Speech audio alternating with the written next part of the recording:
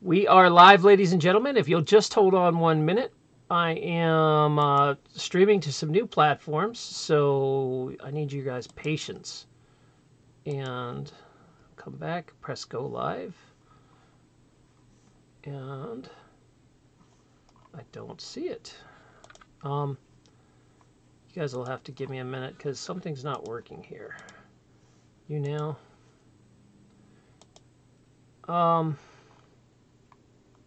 I don't know why. I think it just waited too long to go live on this. Does you now timeout? All right, let me just start this again. You guys just have some patience with me for a minute or two. Sorry, you can't do that while you're broadcasting. Uni, can you check to see if I'm broadcasting on you now? It thinks I am.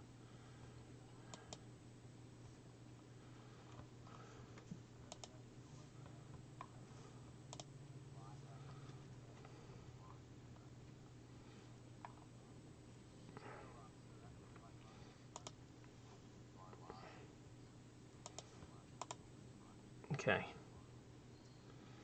All right.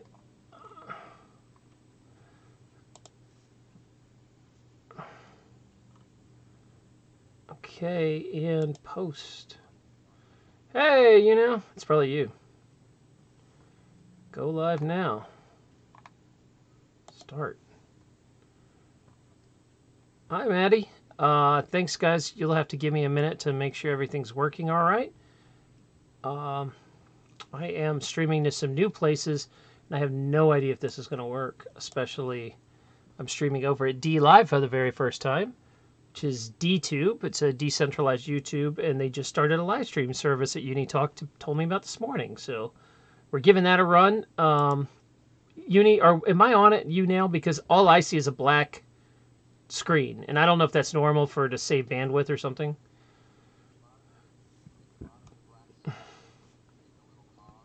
Yeah. Use external. Oh, it erased my URL and key.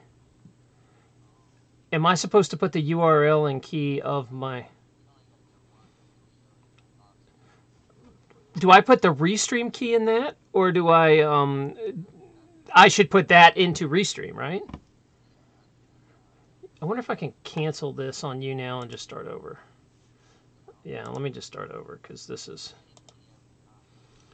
Your camera must be allowed access to broadcast. Yeah. All right, use external streaming, prepare broadcast, and it says I'm on live. Your broadcast has become, click here to view it in a new tab. Watching your own broadcast. Oh, but it's saying, okay, so it says I'm live, but it's just showing it black. All right.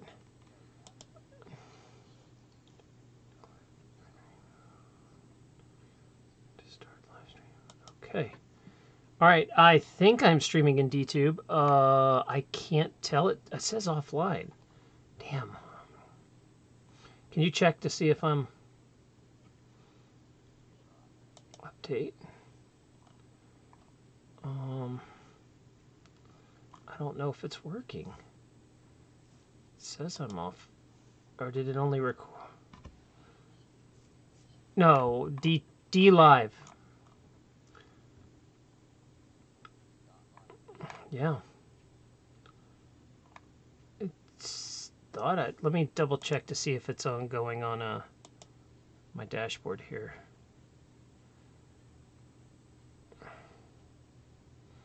Unable to connect. Crap. Didn't work.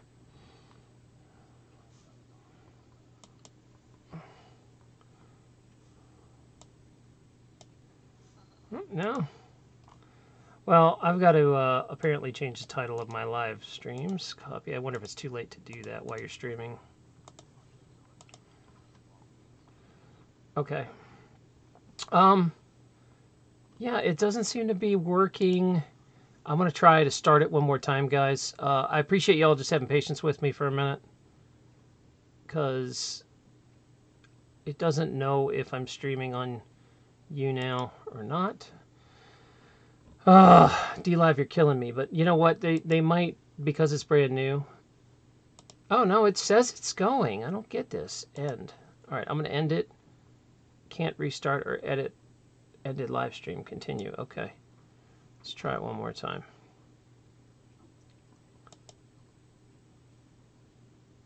Restart or edit. This is weird, man. It's just crashing all over the place. Sorry,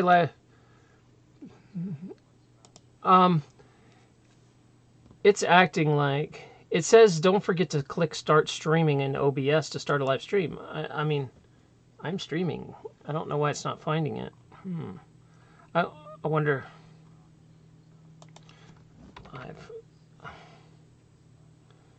Yeah, that's a pain. All right, let me see if I'll double check. Give me, guys. Just appreciate your patience. We're trying to stream to a couple new platforms, so you know how this goes. Nothing ever works right. So there we go. Nothing to see on DTube. All right, let me.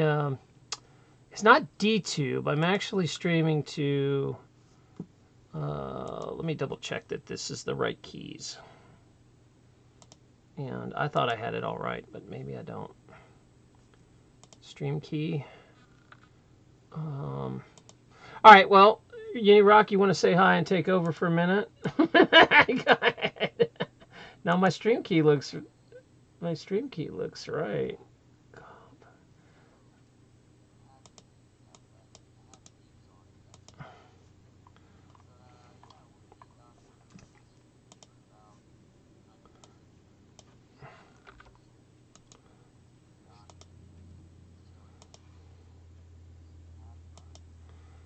Oh.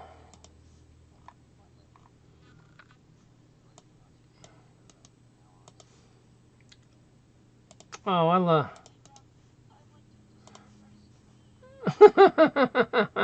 I'll be there in a sec. Yeah, I just am trying to figure this out. Let me put it over to you because I think they missed your cat. Let's throw you back over there, and then.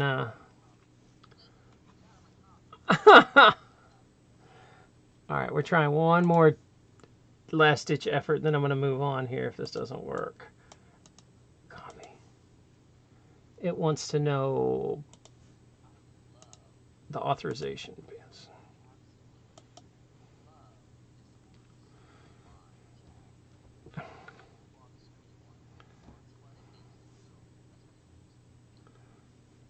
Yeah, I'm looking. I'm surprised it doesn't do it yet, honestly.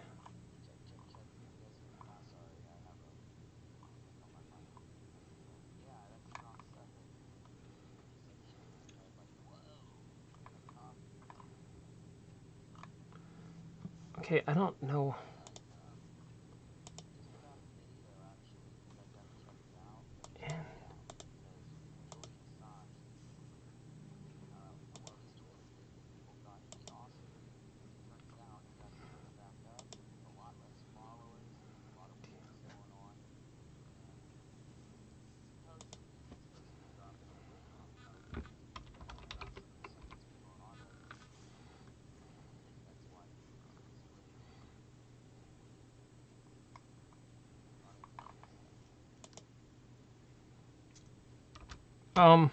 I haven't kept up with Assange in a long time. I'm not. Is he still in Russia?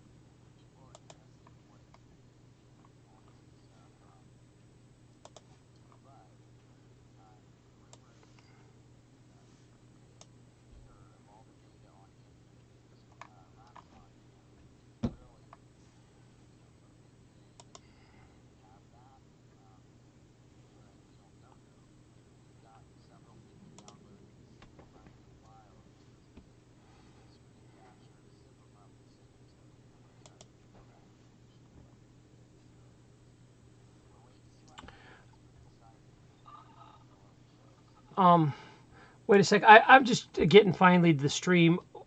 Iron J Rod says there's no audio from Uni. It looks like there's audio on my end. Can you talk one more time, Uni?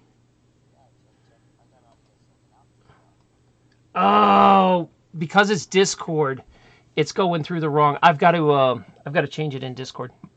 These people can't hear you. Dang, I forgot that it goes through my. It's going through my headphones instead of my speakers. Yeah. Or I could just change it on Discord. Give me one sec. And maybe this will change it. Thanks for letting us know. I feel bad that no one heard you. Input. Yeah, I think I have to put it to speakers real time. All right, go ahead and talk and let's see if it picks you up now. Check, check, check. 1 2 1 2. Did you guys hear him? I don't think they hear you. Check, check, check. Give him a second. I'm Couple audio bit out. of a delay. Let me drop you audio. Back. They hear me. Okay. Okay. So what I was saying guys, was, we're still testing some new stuff here. While Doc gets that done, Julian Assange. I put out a couple videos about this. There were 3 guys, all dressed in black with masks. They go up to all the camera. They break into WikiLeaks. They go up to all the cameras. They put tape over the cameras at WikiLeaks office. They did something to the files. We don't know if they downloaded them. We don't know if they put files like a virus or something in the system. We don't know if they deleted all of WikiLeaks files. Whatever they did, though, Assange uploaded 65 gigabyte file, which is a backup, just a bunch of files called WikiLeaks Insurance Policy, so that people could download it on torrent, like on a torrent server. We've got people downloading it. This just happened. We've got people downloading it. They're going to send me screen captures of everything, and we're going to try to show people what it says if we get the files, of course. We don't know if the file will open. We don't know what's in it. So whatever it contains, we're going to make a video on it. But that's the, some pretty exciting stuff because Assange's Twitter just got shut down, as you know, because I did the video on it. And people are guessing at why all this is happening, but it seems like Assange is having his social media taken down. He's been put pressure on him, and he's trying to be arrested. And they've got these men trying to go into offices and all this CIA operation type stuff. And they're saying that it could be because Assange is trying to leak a big file that he got. The rumor is the file, and I don't know how this rumor is anything more than just people talking, so don't get excited. But people are saying on Facebook and Twitter that it's the ghost image of Anthony Weiner's hard drive, which, of course, is where all the rumors came from, all the email leaks, all the Russian email stuff, all the Pizzagate stuff. So we're waiting to see what happens, what files are leaked. But it seems like Assange uploaded this because he was mad that they're coming after him, breaking into his offices. So it's almost like he's like, then we're not even going to take time to process the data. We're just going to give it to the people if you don't lay off me. And they didn't lay off him. But those are all guesses. We're just waiting to see. So stay tuned because we're going to figure out what happened. All right. Sorry, I'm messing with settings while you're yakking to see if I can make this a little better. Sorry about that. I just wanted to brief everyone on what I've been up to for a couple days. So. I'm using some new services, guys, so I appreciate your patience while we're fooling with this morning. Unirock came and gave us a little news brief. I also have my buddy Jarrell on with us. We're broadcasting through Discord, which is new. So there's going to be a little bit of learning curve. Thank you guys for joining us. And I didn't even get a chance to do my morning intro. And hello, everybody. Let's get some excitement going in here. Welcome to the Hippest Trip on YouTube, everywhere else. Let's see. I would like to say on D Live, but I don't know if it's streaming. It's acting like it sort of is. I don't know. You now, we're over there today. And also there's Tim. Thanks for watching me, Tim. Also, I'm streaming new to, a couple different places, to Mixer and Shoutcast. So we got some new stuff. Hopefully you guys, if you're watching me on any of those, please say hi. I'm trying to see if all this stuff is up and running. Today we're going to talk about some fun things. I'm trying to. At first, I thought I was just going to do something light because it's the day after Christmas. I figure we'll catch up with my buddies here, find out what they did at Christmas, and catch up with you guys listening. You can always come in the chat and add your 2 cents here. But what would what it is today though is Boxing Day, and I always see it on the calendar, and we joke about it's a holiday because I'd always be like, "Hey, Mom, I can't clean my room. It's Boxing Day. It's a holiday, Mom. I can't do it." But what is Boxing Day? So we're all going to take our best guesses without knowing what it is. Boxing Day. Do you know what Boxing Day is? I'm flipping it over to you, Uni. What is Boxing Day? Go. Don't look it up. Where I'm not, I ain't got nothing. Is it where people celebrate the art of boxing things, or it could be the sport, I suppose. But that's my guess. All right. Tape, boxes. Mike. Mike, what do you think it is? Because Mike's not going to come on camera. He says his bed's a mess. Boxing Day is where you float like a butterfly and sting like a bee. All right, so we got 2 theories. I think it has something to do with. I think it has to do with maybe.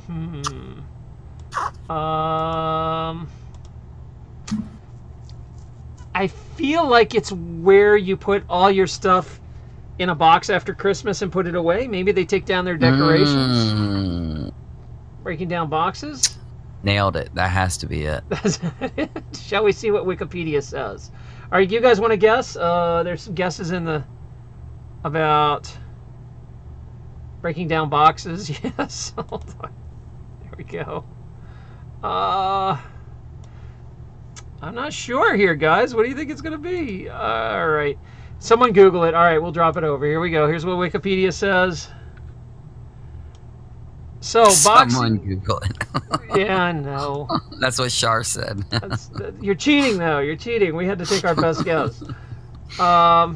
According to Wikipedia, it's basically the day after Christmas. It is from... Let me summarize this. Okay, so it started back in the 17th century where rich people used to give their servants a Christmas box after the day of Christmas. So it was a time where you tip the working class for their things. Sometimes they contained gift, bonuses, or leftover food. And so you would mainly they're talking about giving it to people like the mailman, the milkman, people that come by all the time every day. So I guess it's for the ultra rich to give gifts to the working poor. As best I can understand that. So that kind of takes away the sushi. What'd you say? Here's some day old sushi. Yeah, day old sushi. Celebrate our superiority over you with a nice box of goods. Yes. It does sound very snobby when you put it that way. Like, we have some leftovers. We were going to give it to the dog, but I think I'll give it to you. I think maybe it's a little. Here's a cardboard box for Boxing Day. Please take these soup bones home. We put them in a box. Here's some day old mayonnaise. Oh man. So all right, so maybe one of our Canadian or British folks here can clue us in on what do we have it right or not, because they're laughing, but nobody really knows. You guys? So nobody really knows? Okay. I figured that we had some Canadians or British people that would like chime in and say, no, that's not it. That's not it at all. So, all right. So guys, let's catch up. As far as for me, I'll start is I did a full-blown Christmas shovel down. So for you guys that know, I have been struggling with this second-hand freebie snowblower. And I tried to get this thing ready in the middle of the damn night practically because I knew there was going to be a big snow on Christmas. So Christmas Eve I spent changing oil, putting a new spark plug in, and it still doesn't work. So I guess I'm gonna have to bust down the carburetor and do that, and I'm really not looking forward to that. But it snowed so hard, it snowed almost a foot, and I don't know if you guys have ever shoveled like a foot of snow, but it sucks. I'm trying to stay positive, but it sucks. That was a lot of snow. So I spent a lot of the morning shoveling, and then I was so tired I passed out at night. I watched some Christmas specials from the 80s, which I think are the best ones, but I watched the Pee Wee Herman's Christmas special, which is on Netflix. It's not too late to watch that. It's hilarious. Have either of you guys seen Pee Wee's? Pee Wee Herman did a Christmas special that is fantastic. Have you guys seen it? No. I want to say I have, but that doesn't sound right. I've seen the one that's all creepy where that trucker, her eyes pop out and it makes every kid in the world scream. That was her movie. That was the movie. No, basically what happens is there's and Mike, you didn't see it either. No. Oh my gosh! All right, so it's on Netflix, folks, and what it is Pee Wee Herman was super popular with Pee Wee's Playhouse before he got in all the trouble and stuff, right? And so he goes and this is at his peak of his popularity. I think it's like 87 when he does this, 86, 87. And he tries to cram everybody in one show. Like, everybody's in this thing. And he has super famous people. Like, Oprah's in it, Joan Rivers is in it, Charo's in it, Annette and, Annette Funicello, the people that all made the Beach Party movies. I forgot the names. And all these, Lawrence Fishburne's in it. Like all these real actors are in it. Because everybody wanted to be part of Pee Wee was such a big phenomenon. And like Whoopi Goldberg calls him in it, and he's like so mean to Whoopi Goldberg. It's hilarious. He's like such a jerk to her. Anyway, it is like a snapshot of the weirdest stuff in 1980 you've ever, like the epitome of what the 80s outfits, the 80s, just super weird how 80s was. And every year it's worth watching. It is so funny. And it's probably one of my absolute favorite Christmas specials that nobody watches because it's just so weird. And Grace Jones comes out and does like a Christmas song in a skin tight, weird Egyptian outfit for some reason. Like all these really weird things. And so if you guys missed that, yeah. What did you guys watch? I watched my stream. I was streaming like the whole day, but I usually watched A Christmas Story every year. I can't believe I didn't watch A Christmas Story. It's really bugging me out. Yeah, that's, I was actually went and saw that in the theater. My dad took me to that when we were little kids, and he was so excited because he was like, this is exactly what it was like when I was a kid in 1950. And so I actually saw it in the theater, and it was one of the very first things we ever had on tape. We watched that VHS like 100 times. So, yeah, it's a good movie. What about you, Mike? What do you watch at Christmas? These days, it's generally just Die Hard or nothing. Die Hard? Everyone's talking about Die Hard. Yeah, Why is everybody talking about Die Hard? Because it's a Christmas movie. Is it? Yeah. Oh. Yeah, it takes place during John McClane's wife's office Christmas party, and that's where all the building gets taken over, and John McClane fights him out. Okay, all right, yeah. Because Creamy, the guy I play PUBG with, he forced me to find him a copy of Die Hard yesterday. So I would say that or like Nightmare Before Christmas. Oh yeah, that's a good one too. Hey guys, I think I screwed up Discord. I don't know if you can see the stream, Uni, but I have you split screened and it's kind of messed up, and I can't figure out how to get back to single screen. You know how to do it? It still looks pretty good. I can tell what you mean. I can bounce around to the small pictures, but I can't seem to get you back on full blast. I know it's hard to. There we go. It's hard to. You just gotta double click it. Yeah. Yeah. All right. It is. It's a double, or no? It is a double click. No, triple click. All right. So some of you guys were binge watching Breaking Bad. They are saying Die Hard became a Christmas movie a few years back. I don't know how many of you guys ever watched Bob's Burger. I don't watch too many cartoons, but they did a Die Hard like play special that was so funny. They made a play out of Die Hard and Working Girl. It was hilarious.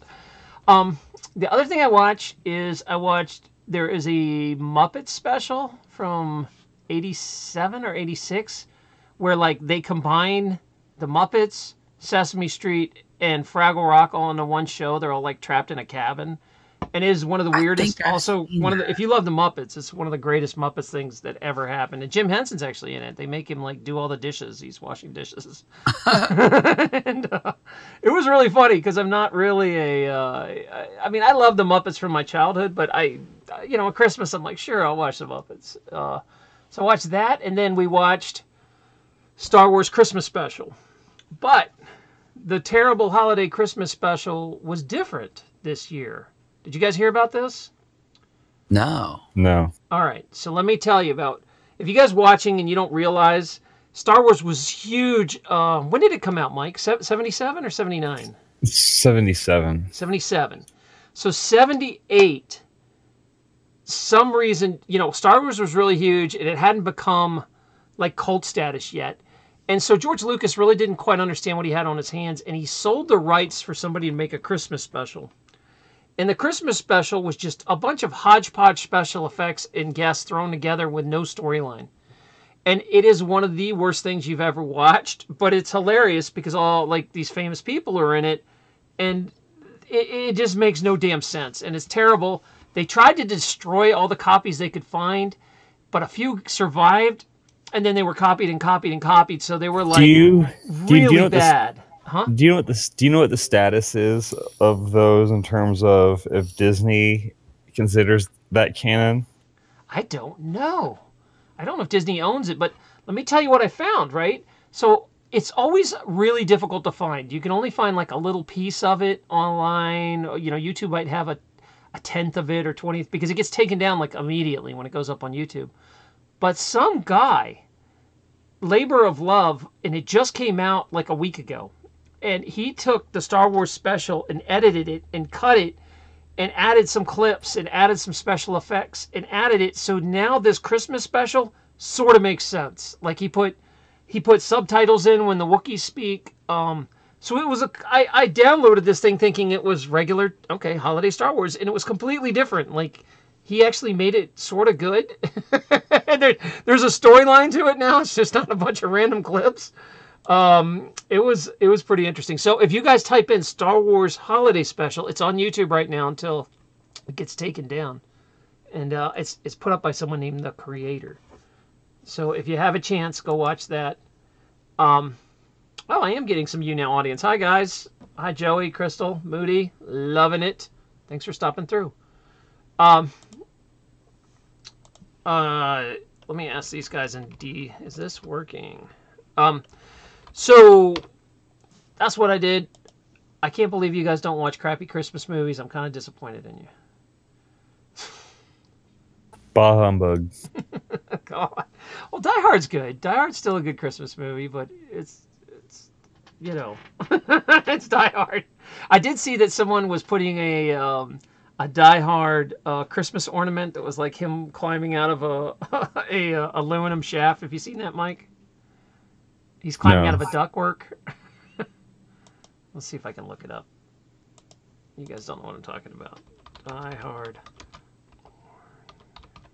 I lost Unirock. I think he's muted. Are you muted, Uni? I think he is. Yeah, here's the ornament. I'm showing it in the live chat here. Hold on. And that's the Die Hard ornament. Check. Can yeah, you hear I me? hear you now. Yep. All right, my Discord is cutting out. I got it though. You're back now. Well, Mike and you guys look at the stream for a sec, and you'll see what I'm talking about. Oh yeah. The Die Hard ornament. Hilarious. I love it. It's so funny. Yeah, I dropped the link. I found that Star Wars Christmas thing. Somebody put it back on YouTube. It'll probably be taken down, The but original it's on or there for now. Yeah, the full thing. one? Yeah. Yeah, the Link in the original chat. is not so good, guys. It's like I don't even know what's going on here. Like the Wookiees don't even look like Wookiees. All right, so yeah, if you haven't watched it, you owe it to yourself to sit through the punishment that is Star Wars. But so what happened is, like I was saying, you can you can look through the Star Wars chat, okay, and it is it's pretty bad. I'm not gonna lie to you, it's pretty bad.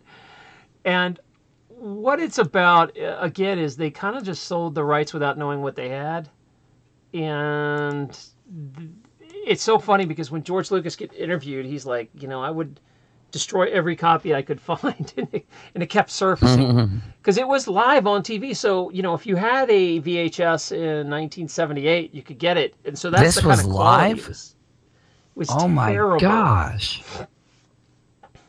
Can you believe we went from VHS to what we have now? I can't believe it. I still cannot wrap my head around it. I sound old. And the other thing that was funny was that that the first 15 minutes of this special is in all Wookieese. It's just Wookiees talking, and there's no subtitles or anything. It's just Wookiees grunting at each other, and you have to kind of figure out what the hell they're talking about. It's like, for 15 minutes. It's like someone didn't say, maybe we should put subtitles. Nah, cost too much money. Just roll with it.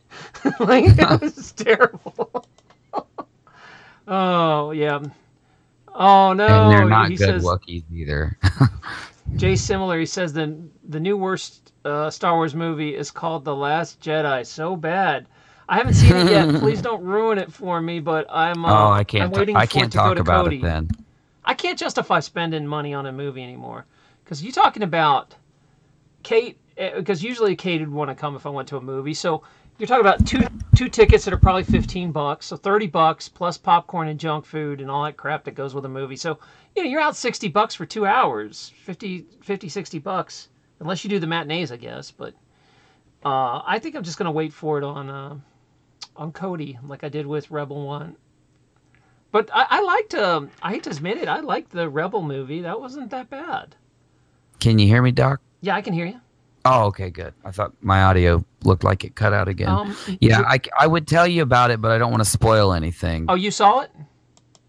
Yeah, I watched it on the internet. Oh, is it worth watching on the net yet? Is it decent quality? Yeah, for sure. It's great. Where are you watching it at? You want me to say it on, or you want me to type it in the stream? I can type it instead of saying it out loud. It'll show up on the stream if you type it anyway. We can talk about it later. Yeah.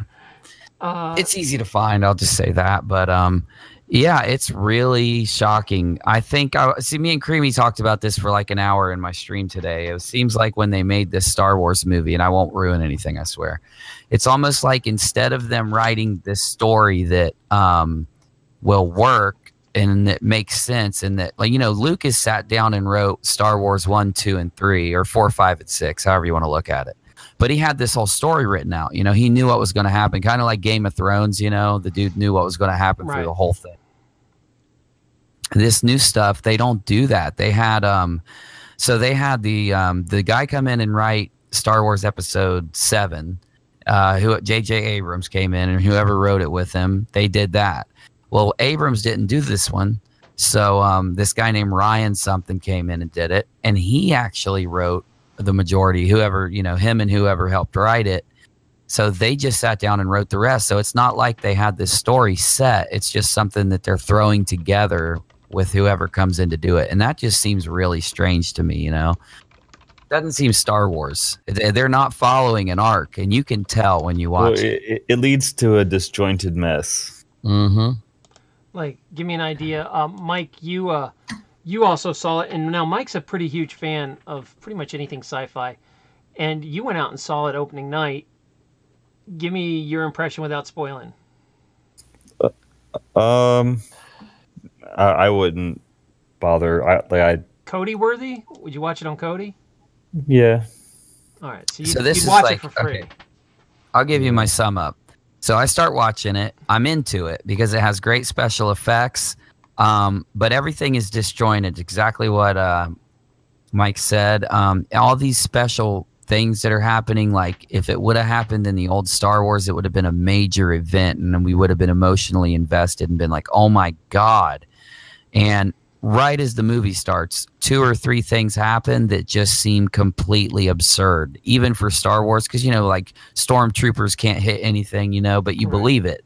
And, Obi-Wan says, these aren't the droids you're looking for, but you believe it. And it's not like that with this one. There's nothing to back it up. But so there's this scene where this girl won a Star Wars contest where she got to be a Star Wars character. So her and Finn, like right at the end of the movie or like the last hour, they go to this casino planet. It's like a giant casino. And they're riding on the back of these like horse aliens. It's like all this whole planet rides on them and all this. So they do this. It's a half an hour scene with like some random person that won a contest and Finn doing this. And I fell asleep and didn't get to see the end of it because it was like, yeah, oh yeah, it was that bad. I'm like sitting there like, oh my God. It just killed the pace of the movie by putting in this completely unnecessary scene. Like and I woke up and saw I saw like this major part that happens right after that. And it was just like, so everything that happens in this movie, you say to yourself, and I swear when you watch this, think of this before you start. Ask yourself, could any of this have just happened at the beginning of the movie? Because like there is like 10 things that could have happened that they do through the movie that would have just ended the whole plot of the movie if they would have done it at the beginning of the movie. It makes no sense. It's so backwards. But I thought it was entertaining. I'll say that. It's worth the money to go see it. Did you like the first reboot?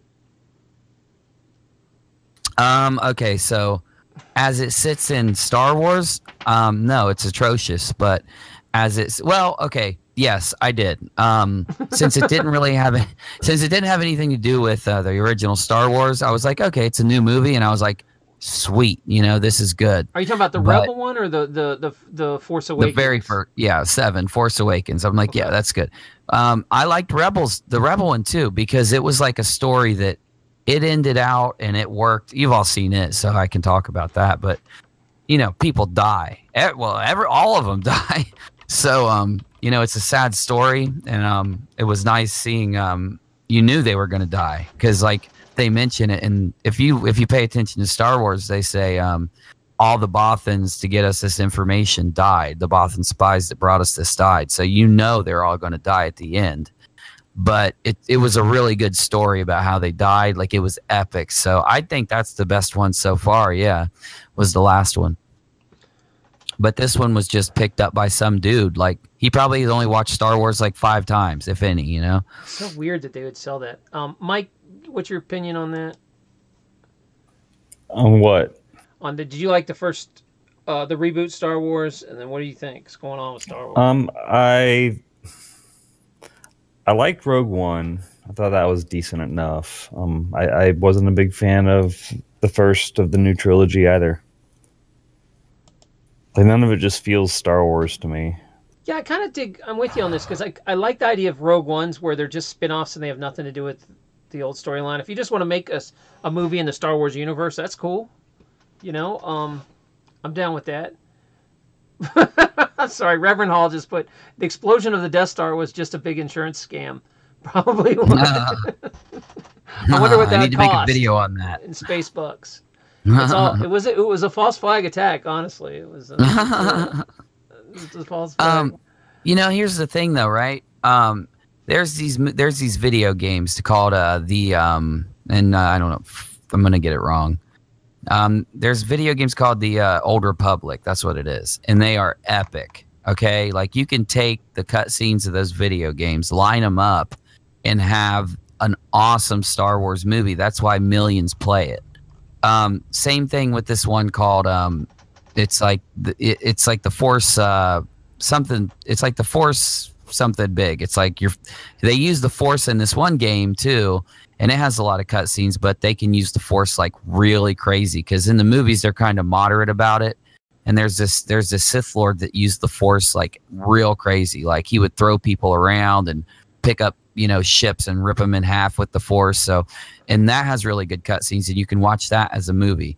Oh. They could have done anything with these movies. Like they had like the world at their fingertips, and they gave us like a melodrama soap opera. It's just the problem, you know. It's just I don't understand why they could have did so much more. Yeah, I'm still not sure where that's going. Don't get me going on Star Wars, Doc. I'll talk for days. I know we're supposed to be talking about Boxing Day, but we No, already I run don't out of mind. Boxing I Day. love talking about Star Wars. Well, I like Star Wars too, and I was a Star Wars junkie as a kid, and I still dig it. I mean, I just watched the Christmas special last night. Yep. So that was amusing. If you've never seen it, it's definitely really weird and interesting. Especially if you're a fan of the original trilogy, it's pretty funny to see that they did this without knowing. Like Harrison Ford will never even admit he was in it. It was so bad. Like, Leia sings a song. Leia sings in it. I mean, it's great. Oh, Leia, man, that's so sad, man. So bad. Still so sad. Yeah, that's sad too because she. Did you hear about her mother? Is she in the new movie? Leia's in it. Yeah. Oh, yeah. She's in it like crazy. So they she's filmed her CGI'd in it. I assume that like Lord of the Rings, where they filmed a bunch of the movies at the exact same time, and then cut them up. Right? Is that what they did with the Star Wars movie? No. They filmed this 2 years ago or something when she was alive. No. No, they're filming them one at a time. So, Mike, did they computerize her in there? Like, how she's dead? No. Oh, I thought they did. No, she's there. So this is before she died. Acting. She was filming it. Yeah. What's it called? The new movie? I forgot. Last Jedi. Last Jedi. I want to check really quick. I thought she was. So, all right, let's jump ship then because since we're gonna have a chance. Oh, she wasn't CGI. Oh, she was CGI'd in? No, she was not. Oh, see, I didn't know that. I remember when they filmed Lord of the Rings, it was smarter and less expensive and less risky to film all three movies at the same time, because there was some very old people that they were worried were gonna die. The guy that played, oh my Ian gosh, McKellen. Mike, help me out. He played Sauron. Gondorf. Oh, Saruman. Yeah. Christopher. Yeah, I know who you're talking about. Oh, Yeah. Man. He's the same guy that was in the Jedi movies at the same time, the crappy ones, the prequels. Dooku. Oh, Yeah. those were good, dude. Oh, God. You like the prequels? You're the only person The I've ever third one heard. was so good. Oh, my goodness. Which one? The first. See, have you ever gone on YouTube and searched for a fan-made prequel? Oh, did they cut it up so it makes sense? Yeah, they take the prequels and in 2 hours they break down the first one, the second one, and the third one and smash them together. They take out all the unnecessary crap and makes the perfect prequel in 2 hours. Well, that I could believe. If you cut up those three movies and took all the good parts out, you can make one good movie. I believe that. But I'll say this. They were still good, man, because they were Star Wars. That was Star Wars right there, man. Look, if you think Might have they're been good, crappy, you need boring to Star go Wars. watch the review from Red Envelope. That guy. Funniest review I've ever seen in my life, the first Star Wars. I don't know if it's necessarily what I would call good, but oh my God, it was like funny. being in the, let's say the towns they went to, the cities they went to, it felt Star Wars because it was George Lucas. It was just something about his mind. I don't know. Yeah, oh man, so much potential that I think that he just went crazy with political tax talks, Yeah, that's what Creamy said today too. Creamy was complaining. It's like watching the Senate on CNN or something. It's like, oh my God, there's a Yeah. half hour of the movie. Trade talks. Creamy's like, he was talking about how all new movies seem to have like an undertone of a social battle or a social theme, and it's not like it used to be, right? Where if we had a movie that came out, there would be themes that were underlaid into the movie in like almost an artful or a masterful way. So you had to really pay attention to see it. It's almost like now everything has to be in someone's face or they just don't get it. So when someone creates something, they have to make it overly, so if they're trying to get a social issue through in a movie, oh, it's all going to be that social issue. It's like in your face nonstop, no tact, no subtleness anymore. Mike, you got any comments on this? Nope. Really? All right. It's early, Doc. It's early. I Well, guess. it's late for me. It's early for you. Well, guys. I mean, I get geared up in the morning. I'm ready to roll. So, I don't know if the I don't stream have to knows it, shovel but today, so I'm pretty excited. Mike stopped in my stream last night when I got started. He went to bed, and when he woke up, he stopped in when I ended my stream. Well, Been far I'm too thrilled to long. have you guys because I normally don't have morning guests. It's nice. I would say let's shift gears because you guys in the chat are talking about Star Wars and Star Trek. Now, I'm a big Star Trek fan too. What do you guys think of the new one? Have you seen it, Uni? New show. I like the new Star Trek. I have only seen the first show one. or I haven't movie? seen the second one. The movie. I haven't seen the new show. All right. The show started. It starts with like a huge bang. I mean, it dives in there, and by episode 2, you're like, holy crap, this is Star Trek. You know, it's a lot darker. It moves a lot faster, but I stuck with it, and now I actually I'm waiting. I like it. Again, you had to like go sideways to see this thing. You either had to pay CBS, what is it, their app, Oh, CBS All yeah, Access, I or you heard got to about stream that. it on Kodi or download it. Yeah, you can't just like watch it unless you're from. It's on Netflix everywhere except the United States. So if you're Why? I because don't they really understand. want CBS to start having their own platform, like Netflix or whatever. They want a pay platform online, and so they are dangling.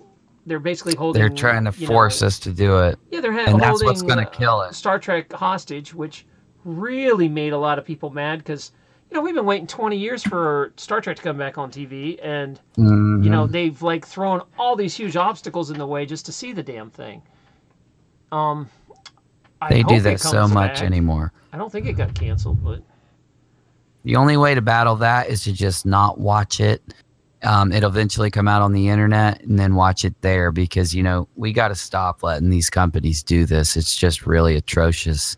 well, the problem is they got to make some money and they got to make a profit. Or what's the point of making this stuff? But I Very believe true. there's enough fans that they could have fan raised, crowdsourced something and made it awesome.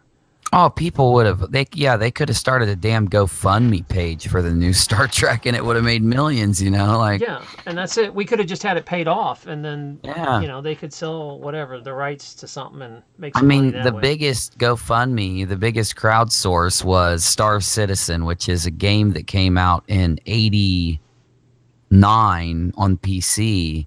And everyone liked it so much that when they heard the guy wanted to make it in 3D and make it with new graphics, they gave him $185 million to do it. What?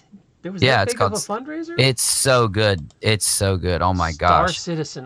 Mike, Yeah. do you know anything about that? Yeah, Do You play got to it? look at my gameplays of it. I It's so haven't crazy. played it. It's not out yet. You can't really do much in it, but it's like the graphics are so good. Like it's the universe. So like, okay, Star Wars, we were just talking about it. It's like Star Wars, the whole universe of Star Wars inside a video game. You can fly from like the planet's surface. You can go to the bar, sit down and get a drink, have a guy walk up to you and give you a mission.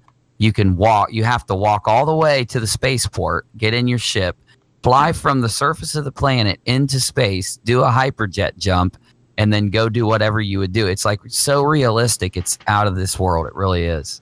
Can't believe they can do it. Very cool. I love the idea of crowdsource funding stuff, and I'm hoping that it kind of becomes the future in a way, because then it's a complete free market. Either you get enough money from people that donate to make it, or you don't, and that's the true judgment of when people vote with their dollars. Because there are a lot of shows, pretty much anything I like that has any sort of intelligence or that's a cutting edge is always canceled because the main public doesn't get it. Like I like that show Jericho, and it got canceled, and there was a bunch of people that brought it back for like a half a season, and like the seasons that get. Hey, Unirock, there's someone in chat, Neo, who's freaking out. He keeps going all caps about you getting his email. Oh, Neo. so Well, check I've him had out. Hey, Neo. Sorry, bro. I've had a lot of views lately, and I have a lot of emails. I'm probably like 5 days behind, but I'm working my butt off. I'm sure I'll get it soon. But And there was someone else that came in that said that they're having some sort of Mandela convention that we need to go and check out their page. And I was like, A convention. oh, I've heard that like 5 times. People keep trying to start yeah. stuff and it never takes off. So I was like, contact me. I don't know who's putting it together, but they said for us to go contact someone named in Virginia. I didn't catch them. I'll definitely look in my email for Neo's message. Yeah, if you guys are having a convention, just shoot us some information, man. I'll be happy to take a look at it, but it's just one of those things that, it's just talk until it happens, man. So, there we go. Vanessa, yeah, Vanessa VA. I guess that's Vanessa in Virginia is putting that together? Vanessa VA? I've heard that name before. Is that a channel name? Let me see. Yeah, check it in. Take a look at it. Oh, yeah, they got a channel. Is it a Mandela channel or something? Tearful and Angry Mandela Effect Testimonies, Part 1. Okay, yeah, I'd never heard of her, so you'll have to check it out. And see oh, look, they've got a video 7 hours ago. Mandela Effect Convention. Sign up here. Who wants to come? 100 views. Okay. So they're trying. Okay, cool. Well, I'll be supportive and try to help you if... I don't talk a whole lot about it, but I would dig hanging out with some like-minded folks. It'd be fun to hang out. I tried to have some folks come up this summer, but it was kind of poor planned. It was only a few people that came in. This summer, though, I'm going to try harder. I'm going to see if I can get a good crowd this summer to get together. But since I live in New Hampshire, there's a lot of people that cry about the drive and won't come. So they're like, I can't go. It's too far. But DMV area. They always invite me to come to their stuff. So the physics only work one way, I guess. Yeah, I'd love to hang out and I always try to be nice and supportive to all channels out there. So I just don't know who she is, Virginia. It sounds familiar. I think she used to leave comments on my videos or something. Well, invite her online and see if she's legit or not. You interview anyone pretty much. Oh yeah. So see if she's legit. I interviewed a cat a few days ago. It was a really good interview. Iron J Rod's hitting you up, J Rel. You better look at the chat. He's talking to you. J Rod, Broski, Shark. He's falling asleep, man. He sounded so tired. Yeah, I'm a little bit exhausted myself. Well, for you guys that didn't know, oh, all right. So Jarrell's jumping out of the call. Thanks for coming, bud. I guess he probably fell asleep. Yeah. He has actually fallen asleep with me talking to him before. Yeah, that's a couple times. It really happened. He passed out. It was terrible. That was about it. So, yeah, I'm down with any sort of get-together like that. I think it would be fun just to see everybody in real life. And if you guys are down with it, let me know. Sure. I'm kind of the point where I'm going to set up my own stuff. And, if only 10 cool people come up, only 10 cool people come. So what? But other than that, I'm not really going to be that invested. Someone has to do all the footwork. I'm not going to, take on a project that big unless somebody sets it up. It's a lot. It sounds fun. I mean, sure, I'll go if it's close. If it's in Virginia, maybe. Is that what it said? Vanessa VA. She said the DMV area. Just something DMV. I don't know what that means. I assume a VA, Virginia, right? Yeah. A VA. Oh, and how far are you from Columbus? Only like an hour. Yeah, there's a class going on in Columbus I might want to go take. So I might talk to you about staying with you while that class is happening if you're still around there. Let me know for sure. What's up if yeah, you'll have to let me know if you're down with that because it's a long drive for me, but I wouldn't mind. Okay. We might be moving studios soon, but we'll have it figured out.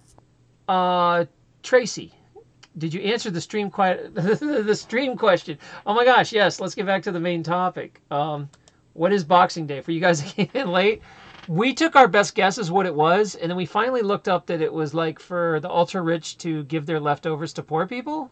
That's kind of what it was. Right? I'll be right back, Doc. Yeah, do your thing. My daughter's yelling. So J-Ross says he's got no idea. You're on the show, man.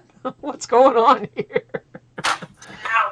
Yeah, Tracy, that's it. But if you want to tell us what it is now, because we took a bunch of guesses that Unirock thought it was some sort of fighting thing, a fighting challenge. I thought it was where you box up all your lights and put them away like the day after Christmas. And then we looked up that it was rich people gave their servants their leftovers in boxes. And so where are those rich people at? I know I want some chicken bones, right? Isn't that what they gave? The like leftover food, it said. Oh man. I don't know how it's celebrated. We don't have any Canadians on today, which is a real surprise because, like, I'd say a quarter of my fans are from Canada, man. Where's my Canadian contingency? You guys are supposed to help me out. And then Tracy is from England. Tracy, you should be able to give us the source here. So that was it. Oh, moldy food. So I'm using a new setup today. The chat looks a little different. I'm still messing with it. And some reason it's going backwards instead of forwards. It's putting the newest thing up top, and then it's sliding down. Kind of weird to me, but I'm fiddling. Because what's going on is I'm getting more and more platforms online. So I'm trying. This, as we speak, is streaming on 6 different places, maybe. I'm trying to do some new ones too to see if it'll work. I am hoping that this works, so we'll find out when it's over. I don't know. You like the new one? Well, the new little chat window, what it does is, if you notice, there's a little YouTube icon next to your names. That's who's watching on YouTube. But if someone was watching on Twitch or another platform, they could have they would have a different icon. So if you were like watching, if you don't like YouTube and you want to watch me on Twitch, you could do that or whatever. All right, so let's see, Tracy. 3 times I've written that. What did I miss, Trace? What did you write? 3 times. I must have missed what you said. Tracy, it's not going through whatever you're writing. I haven't seen. If you were answering the questions about giving food to the peons, please come back, because we need to know. We have questions. Things need to be said. We need answers. Okay, so I am still looking at hey, everybody joining me over at YouNow, thanks for coming in. Ricky Blue and Camilla Blossom. Nobody really talks over there. They just come over and watch you. It's very voyeurish. So there you go. Show me a little voyeur love. All right, and thanks for whoever just subscribed. Thanks so much. I appreciate that. So today we're going to. Oh wait, I actually have a real question. Health question, Doc. All right, I will entertain a little health question, but I will not get too detailed because it is Boxing Day. It's a day I have to go be nice to my servants. So go ahead. What's your health question?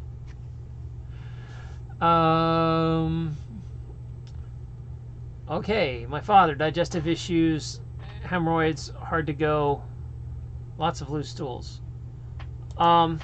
Well, that's probably a lymphatic drainage problem. You know, my answer is take him to a doc that works with fasting, and I would work on kidney lymphatics and cleaning up his diet drastically. And I know that's hard because most people that have really poor health like that also have really poor habits and eating health habits. So, you know, it's an uphill battle. So, but a lot of that is lymphatic pressure.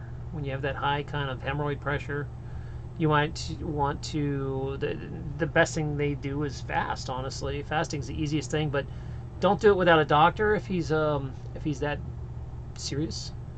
Don't just be like, hey, stop eating, because you need to know. And there we go. Neo, you sure do like the caps. You're the king of cap lock. He switched to unprocessed foods like me. Oh, he did. All right. Well, let's see. He if he's doing unprocessed foods, that's a great start. But if he's really, really toxic, he still needs to flush out what's in there. I would fast a bit and give his chance, his kidneys and his bladder and his digestive tract a chance to dump the trash. Even if you're eating all the time, even if it's healthy food, sometimes it's hard on the system because it just needs a break from eating. So I would look into that.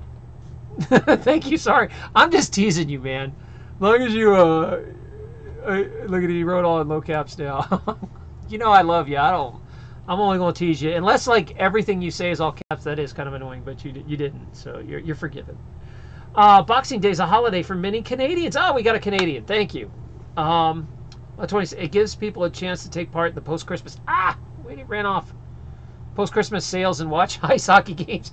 That sounds like a very religious holiday. Okay, Tracy says, was told as a child it started in the Victorian era. Servants were needed Christmas, given a box with a small gift and a rare day off, whilst the knobs went fox hunting. The knobs. All right, so here's the deal. We finally looked it up, and what it said was, what Tracy is saying is that it started with a way rich people would reward their servants. They would make Christmas boxes of their leftover food and their leftover presents, and they would give it to like the mailman and the milkman and the people that came around. It makes me laugh. The knobs. Yeah, Neo, just be careful. Like I say, make sure that it's supervised. If he's on a lot of medication, which I suspect he is, fasting can be brutal. So you want to do it with someone that knows what's going on. Call around and find a doctor who will fast you and put you through that. Don't just go solo, because if he's on a bunch of meds that require food, it can really, screw you up. All right. I want a box of gifts. Yeah, this is the first year where Kate actually listened, and we decided not to do big gifts. Like, we had a very, very small gift for each other, and this is the first time I actually did not spend an outrageous waste of money on Christmas gifts. Usually, I'm very, very excited because I think it's a new leaf. I'm really trying to focus more on not crushing Christmas and not throwing money. Oh, Unirock's back. Here we go. Are you okay? Yeah, just cold. It's cold here. Very cold. Oh, man. The dungeon gets cold. Mm-hmm. Woo! All right. So we were talking about, all kinds of stuff. We went back to Boxing Day for a little bit, and then we talked about gifting. And I was saying that this is the lightest Christmas I ever gifted. And I have to tell you something, Rock, because you guys are kind of involved in this. So I got Kate an original Game Boy because she likes Tetris on Game Boy. She says it's the only good platform for Tetris. But then when I got it home, it didn't work. So it was like a complete Christmas letdown. And I can't return this thing because it's in Ohio. I don't know how to return it to Ohio. I guess it didn't travel well. It broke and the button wouldn't work. I was so disappointed. I've never given a bad Christmas gift. I felt really bad. Wow. I don't know what to do. I can't believe it. Yeah. I bet I know where you got it did me from. wrong, Uni. That place. I bet I could get the dude's address. He's really cool. I could bet I could get him to replace it for you. Me, but by the time I send it back and forth with mail, I could probably just get another one. Yeah, he'd probably just fix it for you. It's crazy because mailing is getting so expensive. Like, I can't even send a little package for under $70, and it's like. Yeah, everything's going that way. It's the internet, man. The internet's taking over. Taking over cable, taking over mailing, taking over communicating, everything. J-Rail is always on me about this damn Raspberry Pi. I know she can play Tetris on it. We have games that she can play, but she likes the handheld version about the those old school. Yeah. She wants the old school experience. Retro. The feeling of it, yeah. You can't stick no Raspberry Pi inside a Game Boy. Well, but you probably can, but I don't know how to do it. And it's really huge right now, this retro comeback, like, experiencing that stuff in the 80s and 90s again. There's this channel called Metal Jesus Rocks, and what he does is they collect only physical copies because, like, you can download every video game out there for free that was ever made in the 90s or 2000s, like old games. But they want the physical copy so they can sit down and play it. And these people will pay thousands of dollars for this stuff. It's crazy. Well, I've got some stuff lined up because, all right, last year we really, really wanted to get the Nintendo Classic, where it was like the Nintendo you could buy that had all the games built in. She really, really wanted this thing. We couldn't get it, so I got the Asian one, the Japanese version of it that had like 500 games built in, and they're Whoa. terrible, but they're fun. They're they're Nintendo games.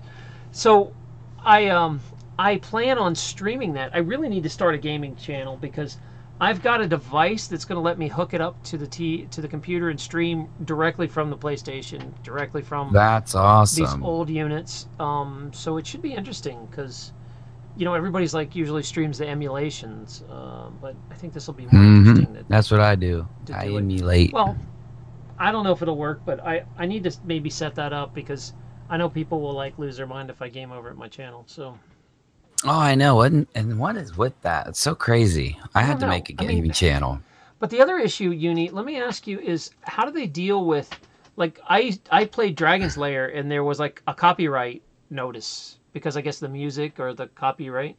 How do you deal with that gaming? Do you get copyright junk with PUBG? Yeah, well, that's why we don't with PUBG. It's an independent company, but if I play Star Wars Battlefront, the first thing that happens, and I know Disney does it on purpose, is they play music that's and they can't just forgive it. They have to take the money for the stream, but that's why gamers don't they go by donations. That's why YouTube has that sponsor button and gaming channels is this is the exact reason. Well, I mean, you don't get a copyright strike where it takes down your channel? They just no, they just demonetize it. Yeah, they just take your well, no, they monetize it, but they take your pay. But it's not like if I play a game, I'm going to lose my channel because of copyright strikes. Oh no, See, I wasn't sure because I thought I saw this little copyright notice and I was like, should I erase this game? Yeah, I get those like nine of those a day. Okay, so I don't need to be worried that if I play a game on here that it's gonna. Oh no, and you can play like music in your channel too. That's how I do Unirock Radio. I can play like certain big bands. See, I didn't know that. How do you play it without getting your copyright strikes where they knock you out? You have to work for the Google government secretly.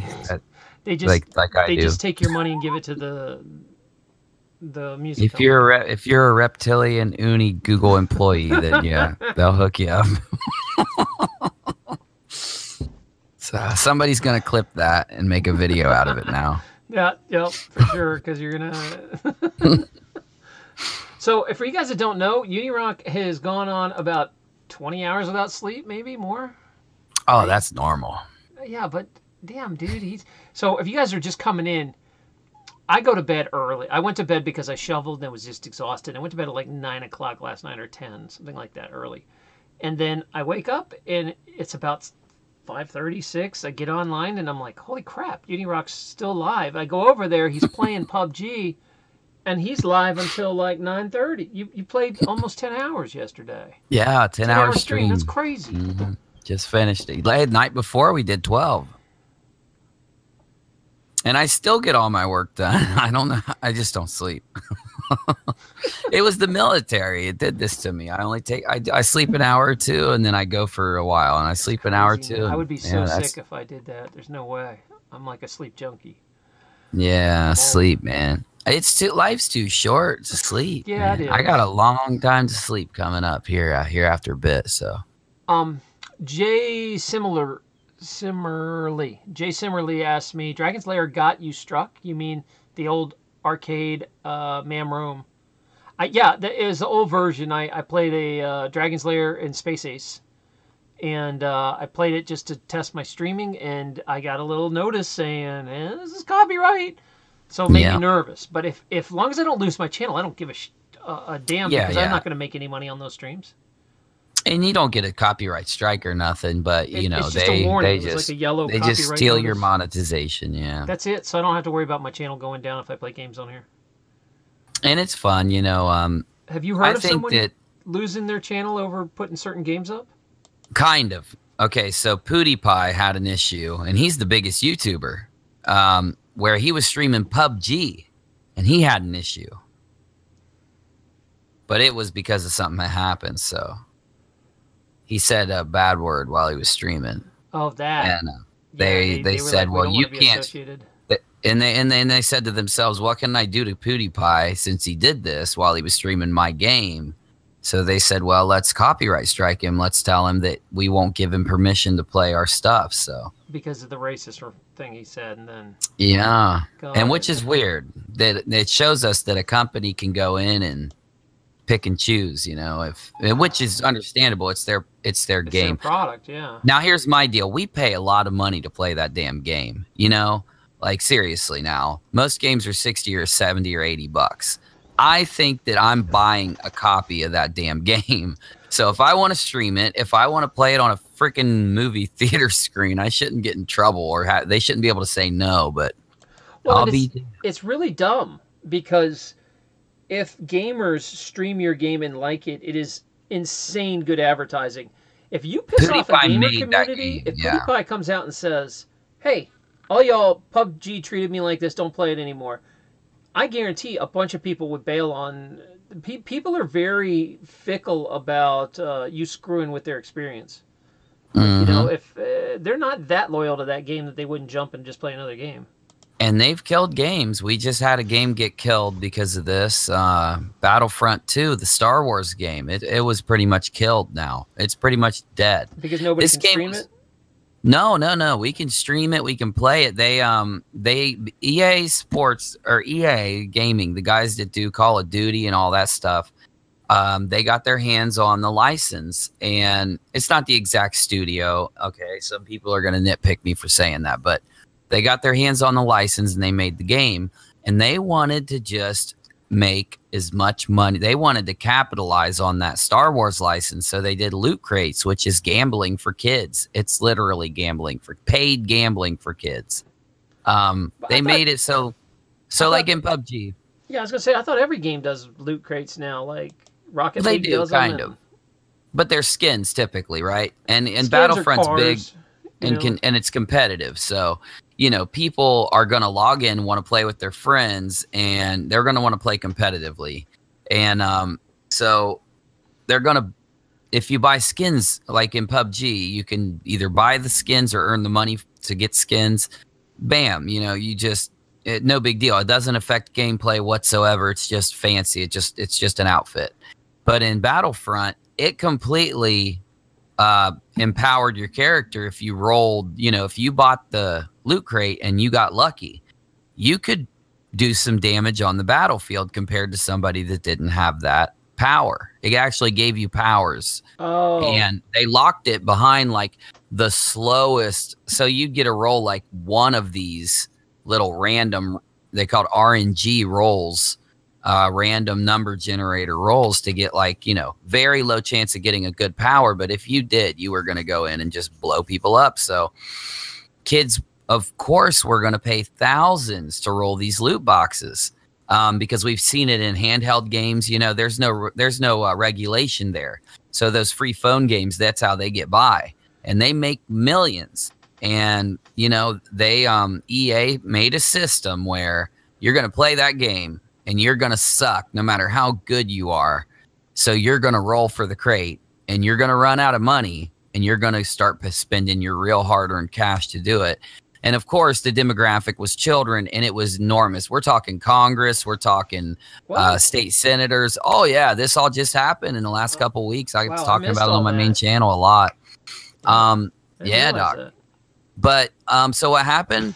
They ended up canceling this. They ended up taking the loot crates out of Battlefront and just leaving the game. And the original Battlefront sold some like enormous number, made so much money. Battlefront 2, it did horrible because the gaming community rose up and said, we will not play this game because you ruined Star Wars just to try to make a buck. And it worked. It really did. Yeah, it ruined it. Wow. Mm-hmm. I mean, I'm kind of glad that there's some sort of market feedback for that, though, because I think it has to keep. If it gets to the point where, you know, it's so expensive to play a game, you're spending hundreds of dollars on something you thought was going to cost $30. You know, that's messed up, because I'm starting to really have a problem. I buy games on Steam, and I want to buy them with everything included, so I don't have to nickel and dime my way up the ladder. and it's getting harder and harder to find those kind of games. Like Mm-hmm. I'm having to go back and play old games to do that. Well, And, see, that's the beauty. That's why I've become so obsessed with the game I play, because it's the opposite of all that. They gave us the full game for half the price of any other game. It supports independent developers who are just gamers that made a game.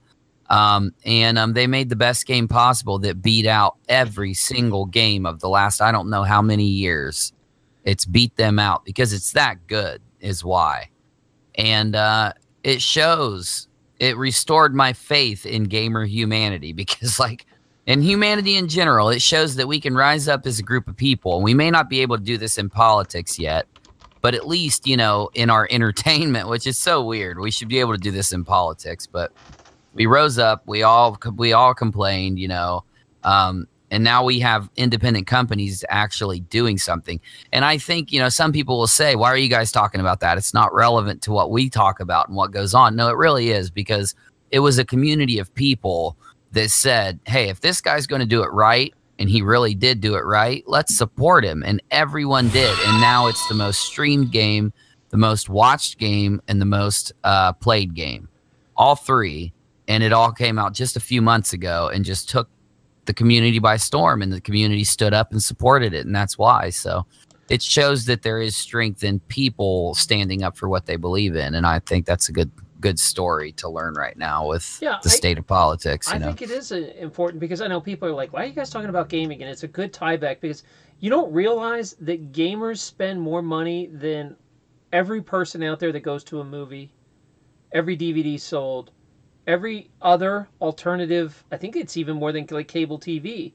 There is more money spent on gaming than all that stuff put together. And the gaming, so there's serious billions of dollars to be made, and it's a true free market, because you can do something stupid as a developer that pisses off your market, especially things like censorship, things like, you know, restricting what goes on in your game, nickel and diming people, and there's a heck of a whiplash for that. And so I'm digging that it's kind of a sign to show that at least people will still stand up for something, even if it's just gaming. But it does show that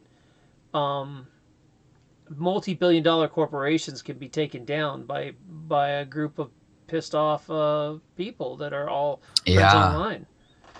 Yeah, and we're having more fun. You saw how much fun we were having playing that game. Like, it's intense. It's like straight up, like, emotions are stirred. And I'm telling you, man, like, this is another thing that it's like a lesson to be learned from this is this is made by me and you. They're like some dude that, like us, basically told himself, I'm going to learn to code this and I'm going to make this. And he did, straight up, no joke. And he made something that made him rich and famous and all that. But more so, he's restored our faith in us being able to do this. You know, like, we've all thought for so long, like, well, we got to give in. Let's go give in and go do what the corporations want us to, because you can't beat them. Let's join them. And the tables are turning now, even in our entertainment. So, you know, and now we see this thing that I've been talking about for a couple weeks, this storm or this Q and this leaker and, you know, the WikiLeaks stuff and all this. You know, we're seeing this whole concept permeate out into our everyday lives too. So I think good things are happening. I said that. I said, you know, 2017 seemed like a really hard year for a lot of people. It was for me. I know I've kind of been on screen smiling through the whole thing, but you've seen me complaining a lot too. But I agree. You know. I think there's something in the air, because I have a very positive, good feeling about this new year. I feel kind of like we went through the hump last year, that there's going to be some really cool things down the pipeline, and this is going to be our year for sure. It really is. I can tell already. It hadn't even started yet. Yeah, I feel really good, and I think the universe is, you know, the vibration's right now, and especially your channel too. You're very few people you guys don't realize this, that Unirock got to 10,000 people in less than a year, and considering he was unknown, that is amazing. Most people would never grind out 10,000, and once you get past the tipping point, Unirock's around 25,000. When you get to 25, all of a sudden you just start getting crazy subscribers. Oh, it'd be nice, you know. Around But hey, 20,000. I'm just loving what I it'll go got. much faster this time. You'll be at 20,000 in probably like 3 months. I'm already at 11. I just hit 10 like 2 days ago or something. Yeah, it's pretty crazy. You'll go a lot faster now, and I'm proud of you. I'm glad. You need to be. Yeah, thanks, man. Yeah, I've been grinding this out at 600 subscribers for 6 months, so yeah, it's pretty nice. You work hard. I'm trying not to take advantage of it. I'm still trying to sit down and give everything like a high amount of thought and follow my principles. You know, I'm not going to compromise in those no matter what happens. So if I go back down to 1,000 subscribers, or if I go up to 20,000, you know, I'm going to just do what I keep doing and push them out. You know? I had one of the best months I've had in a long time this month. And it's funny because when I stopped giving a damn about YouTube and its rules, all of a sudden my channel started growing. And I started like telling people at the end of my shows, I'm trying to leave YouTube, help me out. See me on these alternative platforms, all this stuff. And my channel is getting much more traffic on YouTube when I stop giving a damn about it. And well, there was I don't give a damn about my channel. I love my, you guys. Yeah. I'm talking about I stopped caring about YouTube's rules. Because, yeah, our channels aren't YouTube. I mean, they're us. You know what I'm saying? You know, a lot of people complain and try to tell us what kind of content to make. And it's like, you know, I don't come into your house and tell you what kind of chicken to make every night, you know, or whatever, you know. I don't tell you what kind of clothes to wear. So, but, you know, I appreciate them doing it anyway. I'm just saying that, like, it's not YouTube. It's just, that's just the thing that, where everyone's at. So yeah, that's where you're gonna make the videos. But we you know, I don't know, it seemed, like I said, 2017, it's a hard year. We've all got through it. We know that we all think like all these different things about our reality, and we all have these different opinions.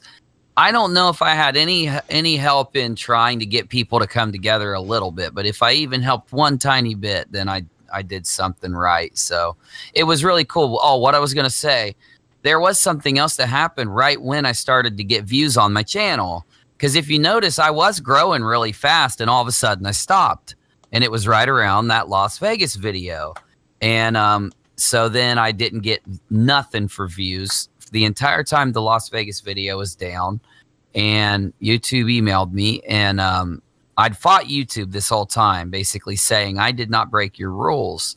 And they emailed me back after 2 months. They finally watched my video, you know, and they're like, we watched your video and you didn't do anything wrong. You were right. We apologize. And they released my video. And I swear it was that day. It was like that day, my traffic, it was almost like I had a throttle on my videos. And it seemed like when and I don't know if that's true or not. I'm not saying it is. I wouldn't doubt it. It affects the algorithm. I mean, there's no doubt if they take away your best performing video that your algorithm gets screwed up. Yeah, and as soon as it came back, it was just like, bam. Yeah.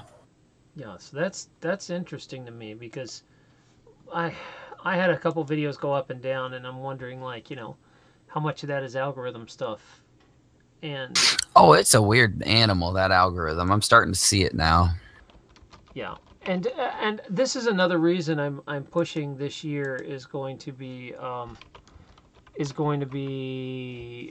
the year I kind of, not that I don't think I'll ever get off YouTube unless they throw me off, because it's such a good outreach, but I'm not really going to support them if they don't support me. Like, I don't feel safe at YouTube. I feel like, we've been sitting around feeling like that. Yeah, kick me and take me out, and I don't like that feeling. It's very insecure. So, like I said, I think our strategy needs to be this year of just throw the biggest net out we can, and all these other platforms, try to support them. And if one of those platforms goes, you know, we're there. And then the other thing is we just use the net to pull everyone to some sort of Patreon or Hatreon or whatever your flavor of, some sort of crowdfunding where then we're not dependent on anything. If YouTube takes us away, well, screw it. Okay, I'm on 20 other platforms. Come here. You know? So that's been my goal from the start. The other platforms have been like, they're like with open arms. They let people in, you know, like, they're happy to have you. you still have to prove yourself a little. You got to show that you'll have an audience. But once you do that, once you've actually shown, you can't just walk in, stream for a couple weeks and get partnership. But once you stream for, like, I've streamed for like what, 6 months nonstop, like nonstop over at Twitch. I wish I could say I stopped, but I didn't stop at all. You know, and finally Twitch, Amazon, and all Twitter, and all these places have reached out and, you know, partnered or affiliated and stuff with me. So, you know, it just shows that anyone that wants to do something like this can do it, which I think is really, really a good thing for people. You know, like, there's no conspiracy there really, which is cool. You know, it's not like they're trying to. Well, I think it's great. Especially, yeah, they just want people to get up and do it. So if you can get some footage somewhere else, like I can't even get a viewer at Twitch, but my restreams do pretty good over at like BitChute. They do okay at Library. They do, you know, like I'm being found, but not at the big platforms. I'm kind of getting the really, really alternative stuff. Yeah, I lost all my Twitch traffic. I don't know what happened. I don't know. Yeah, I don't know. Twitch is fickle. I can't figure out Twitch. I'm that trying fickle to support Twitch. Them. You know, I put my stuff over there. It's just not. Nobody talks to me or interacts or nothing, and I don't know what that's about. So I've got some ideas. I'm gonna start pumping it out on Twitch. I'm gonna. I want to have a Twitch. I want to take my gaming presence over to Twitch, and my YouTube presence. I want it to Unirock TV to be here, and my gaming stuff to be on Twitch. But YouTube's just bigger. I don't know. It's just weird. That's the problem. Is YouTube is so much. I get so much random foot traffic of people that just surf in, and it's like, you know, you kind of have to be here to get that. But there will be a time where it's kind of like most other social platforms. There's something for you guys to remember. I'm gonna give you a history lesson. Here's your history lesson. You ready? There was something called Friendster. Do you guys remember what Friendster was? I've heard of it. Friendster was before MySpace. It was a slow, clunky MySpace that had millions of users, but it was very censored. Like, they were really on top of you if you did a fake profile. You know, if you were like, you know, Hot Daddy 69 or whatever, they wouldn't let you come in. They wanted your real name. And so some people decided that were using Friendster decided to set up MySpace. And the way they courted, the way they brought down Friendster was they brought over the main players from MySpace. They like got rid of, they bribed Tila Tequila to come over and was like, man, we're not going to censor you at all. Come on over to our platform. So a couple big influencers came over, and MySpace came to life overnight because the big players came over. And if someone did that to YouTube, you know, where some of the major players, say like 10 of the top guys left YouTube and were on another platform, it wouldn't take too long for everybody else to start moving over. Yeah. It's just the big players have to do it. And that will happen if you take away their money or you harass them too much. Like Philip DeFranco, you said, kind of jumped ship, but then he came back, I think. Oh, yeah. He realized really quick that it's not the time, but I have a prediction. I'm seeing that there is a bigger group of people who are, okay, so the big players on YouTube right now, if you go look, honestly, they're all kids channels. I mean, yeah, they don't act like it, but, you know, this guy Rice Gum, you know, 12 million, Jake Paul, 18 million or whatever, and they're building audiences as kids, yeah, they've got kid audiences. I mean, and I don't mean kid like, you know, young. I mean, like, let's say 10 to 18 mostly is, I would say, is their demographic. Under 18, you know. Sure, I watch PewDiePie and I've seen some of the other stuff, but I'll watch the hell out of some PewDiePie, man. Once you understand who he, like, what he does, you start to realize that there's a reason why he's up there. But the other ones, no. Which that actually gave me some faith in YouTube and this whole thing, this social situation also, you know. Like, I used to hate PewDiePie and I never even watched him. I was such a hypocrite, but I gave him a chance and just cleared my head. And Yeah, he underlays themes in his videos that are so deep that the majority of the public just doesn't get it.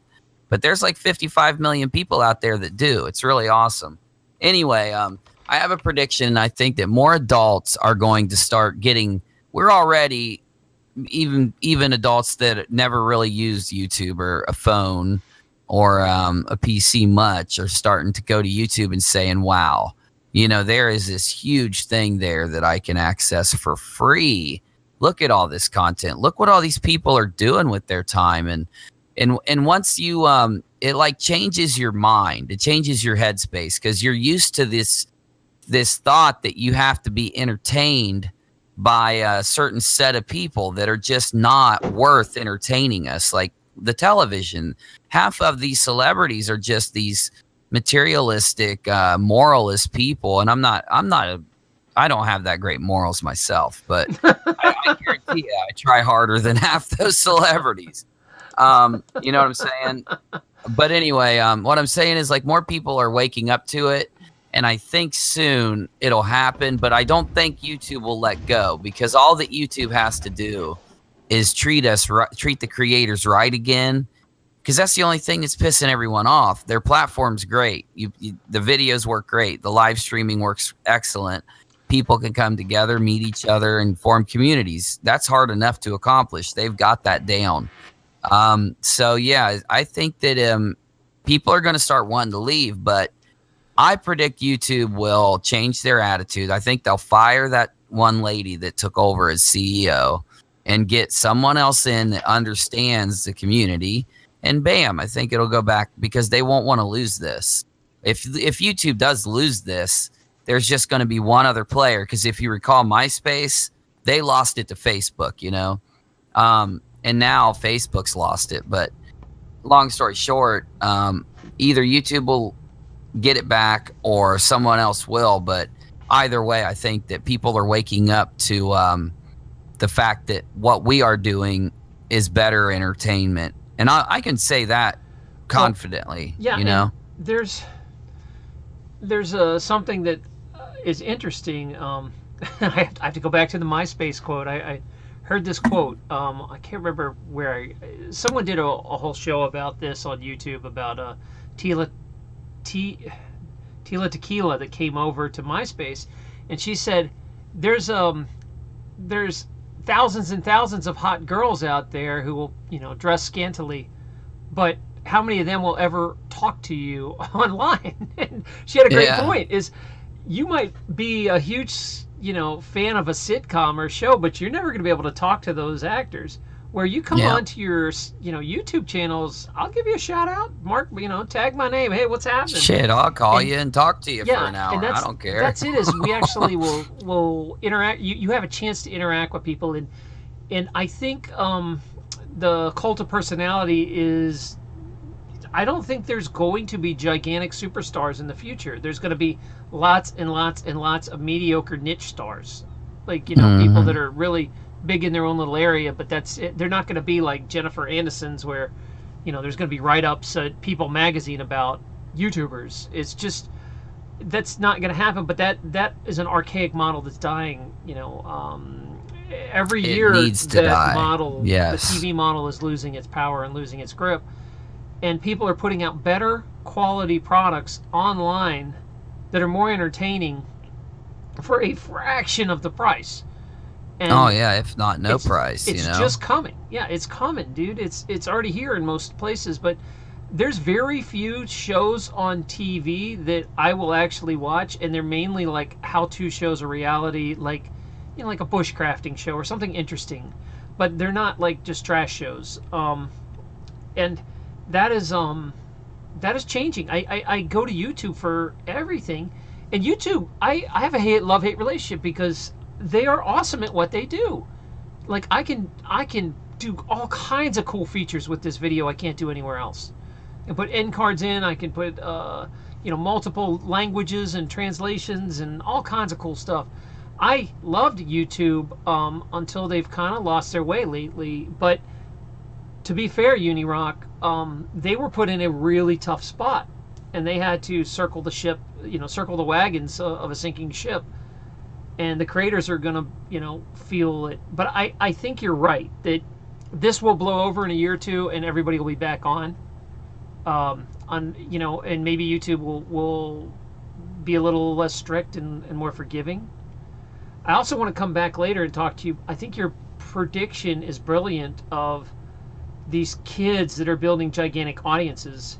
If you guys don't know, and this is something, if you don't have kids, you don't know this, YouTube has something called YouTube Family, I think, or YouTube Kids, that is like family bloggers. They sit around and they play little games and they review toys and they act out little skits, and they have these huge presences on YouTube for other little kids to watch. They're like mesmerized to watch little kids open toys and play with them. Other little kids, it's amazing. I watched some kids staring at their favorite YouTuber. Just all the YouTuber was doing was like doing a story with their G.I. Joe action figures talking to each other, Yeah. And these kids watched it for hours. That's healthy too. You know? It's like, I guess they show you how to play with the toys, or it's kind of like one long commercial. That generation is growing up.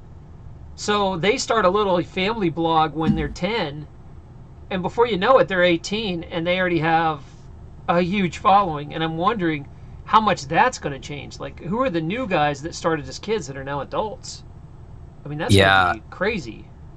My daughter watches this JoJo Siwa, and I can't find a reason for her not to watch this channel, because it's just this gymnast, and my daughter's into gymnastics, and she just turns on the camera and she's herself, and she does what you said, skits, review, anything. That's why it's called vlogging. It's basically the same thing I'm doing. I have like a structured maybe set of things I talk about, but if you go to my live channel, it's just me like flipping my computer on and streaming everything I do, like game, making a video, whatever. And that is healthy, I think, when we get, not only for kids, for us, for adults, because, and I'm not saying what I'm doing is great. I mean, it's boring for many people to sit and watch me play a game, or it's boring for many people to watch me edit a video. But for those that are entertained by that select content, that's something to learn. It's something to experience, and it's interactive, like you said, and it's challenging to the mind. But the main thing, it's not laden with these commercials. It's not laden with propaganda. It's not laden with. There's no agenda. And television and media, the news, that's the thing. Like, all of us, thank God, we all sit and we act like fake news is so bad, and it is. It's hell on earth, but it takes that kind of, it really is. It takes that kind of thing to wake people up, like we saw the news agencies in the 90s switch from coming online and telling us what was happening in the world and having a code of ethics to basically showing us nothing but murder, death, and all the bad things. People eventually said, I'm not that person. I'm not that person that wants to watch that. Well, look, there's this dude on YouTube doing dumb shit. I'm going to go watch him. And, whatever they found to watch, it didn't involve all that. That's why I got so scared when I saw these big, Fox and NBC and all those guys coming to YouTube. But really, I'm kind of proud of YouTube, because if you go look at those videos, they are downvoted so much. There's like, I mean, almost every single news story that comes out on YouTube that comes from television has equal downvotes or more, So what it shows me is that we've people have been listening, because, I'm not the only guy it's fighting fake news tooth and nail. There's thousands of YouTube channels, Twitch channels, people that see through it and try to do their best to scream from a freaking rooftop, or in my case a skyscraper top, to not follow the fake news, right? So I just think that we're winning, and it's the craziest thing. And it's not only permeated with this fake news thing. There's this idea, and I don't really have it in my head that much. I don't think that there's this, like, I don't think every politician or every whatever think they're all in this big cult, but I do think there is a lot of evil that goes around up there. And that's this whole thing that's out right now. There is a massive new trend on YouTube. It's so big that I just can't even wrap my head around it. It's bigger than every other trend I've seen on YouTube since I watched YouTube come out. It's exploding because it happened in under a month. In under a month, the thing that we've been talking about on my channel has gone from a few thousand views on a video to, like, you could see a channel with 100 views, make a video on it, and they'll get thousands and thousands and thousands of views in a week. And the reason is because people are seeking that information out. They're trying to, they want it, and it tells a lot about our community. So I think we're being pointed towards the awakening. I think everyone said the awakening happened, but in all reality, I think that it's happening right now, if not beginning right now, and that we do see it focused in these strange mimetic kind of trends that are happening. But I think those trends will become more realistic, and eventually it'll come down to us taking back our lives from the television, the fake news, and the people, these twisted people that thought they would propagandize and lead us into a pit of negativity. We just pieced out and left them behind. So I'm excited, Doc, but I'm also excited to eat. I don't think I've eaten in 10 hours, so I'm going to go ahead and jump. Yeah, I appreciate you swinging by as long as you did. That was really cool of you. Thank you for coming. And anytime. I do appreciate that a lot. Guys, give it up. And if you haven't signed up for Unirock's, please go subscribe to both his channels. But his main channel is coming back online in a few days, and we're pretty excited about it. So we'll be looking for that. You want to tell the folks how to find you? That's good, because there's this streaming on a lot of platforms where people might not know you. So yeah. When you find a YouTuber that you like that streams, we don't just stream on YouTube. I stream on Smashcast, Periscope, Twitch, and YouTube, and just a bunch of places. So you can help any YouTuber like I do. Like, I stream so much, you can follow me. I don't even care if you never click a bell or enable notifications, however YouTubers say it, but that's the best way to support us. So yeah, if you don't mind following me wherever you find Unirock, there's no other that's why I picked the name. There's not that many other I don't think there is any other Unirocks out there, but doubt it. Yeah, but search me out, find my channel. The live show comes back January 4th or 5th to my main channel. So me and Doc are going to stream, and I probably will be turning up the time I've been streaming, at least doubling it when my channel comes back up. No, that's not possible. I would die if I did that. Good luck. I'm already streaming so much that if I don't stop here and there, I can't drink or eat anything. So I got to at least, well, listen, if it'll be equal to. If you want to try to game later today, you want to have a chill session, we'll game out. We'll play some, when you go take a nap, come back up. I might game a little later today if people are up for it. We'll screw around on that. Yeah, man. But other than that, we are going to talk about some pretty important stuff going on here. So thank you, Unirock. I appreciate you stopping by, and thanks for. I'll see you guys later. Bye, buddy. Okay, so it's back to just us. Let's just have a talk, me and you. And so I was pretty excited because we talked about Boxing Day and Christmas and everything going well. And oh, look, I got a Periscope. Hi, Mr. Pat. Thanks for joining me over at Periscope. The thing about Uni is he was nice enough to just swing by. That was completely unplanned because usually, as you guys know, I've been moving my shows to the mornings, and then on Saturday I do one at Saturday around noon. That way some people that can only catch it at night or they work, hopefully they can make a Saturday show. So I throw that out there for them. But also I'm trying to do a lot more produced pieces. To make a living, I have to do produced pieces. The live show doesn't really pay the bills that well, but I like doing it because it's fun to talk to you guys and interact. And so I really do this. Oh my goodness! And Char is already being a smart ass. Let's talk about that bun of yours. I thought it was a ponytail, but it's starting to bun out. I think it moved up. I'm trying to get it ponytail. I don't know if it's long enough yet. We're getting there. We're getting there. And so you guys are teasing me about that. Well, it's kind of I'm torn between it because part of me it's a lot warmer to wear my hair down, so I like it. It's like wearing a hat in the house. That's pretty good. So, but Jay Simmerly says I'm looking Jedi, bro. Oh, yeah, I forgot they do that. Do they have beards? Do Jedis have beards? I think they do. Obi-Wan did, I guess. Yeah. Too high for a ponytail. All right, I have to put it down a little. My hair, it needs to grow like a month or two more, and then I think I can get it. But because the back won't really go in, it keeps falling out. So I'm hoping. But you know what's weird is since I've never had long hair, I don't realize how much it tangles, man. I shower and I lose like a handful of hair in tangles. Like, you know, I'm brushing it and there's like a bunch of hair on my comb. So that's not cool. I don't appreciate that. I don't want to lose hair. But I have really nice thick hair, thank God.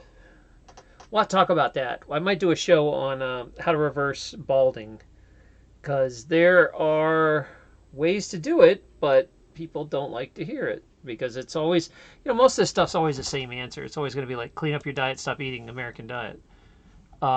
There's the big answer to health. Stop eating American diet, you know. But that being said, there's what can you do, you know? Yeah, it's hard not to eat that apple pie. Gene Simmons invented it.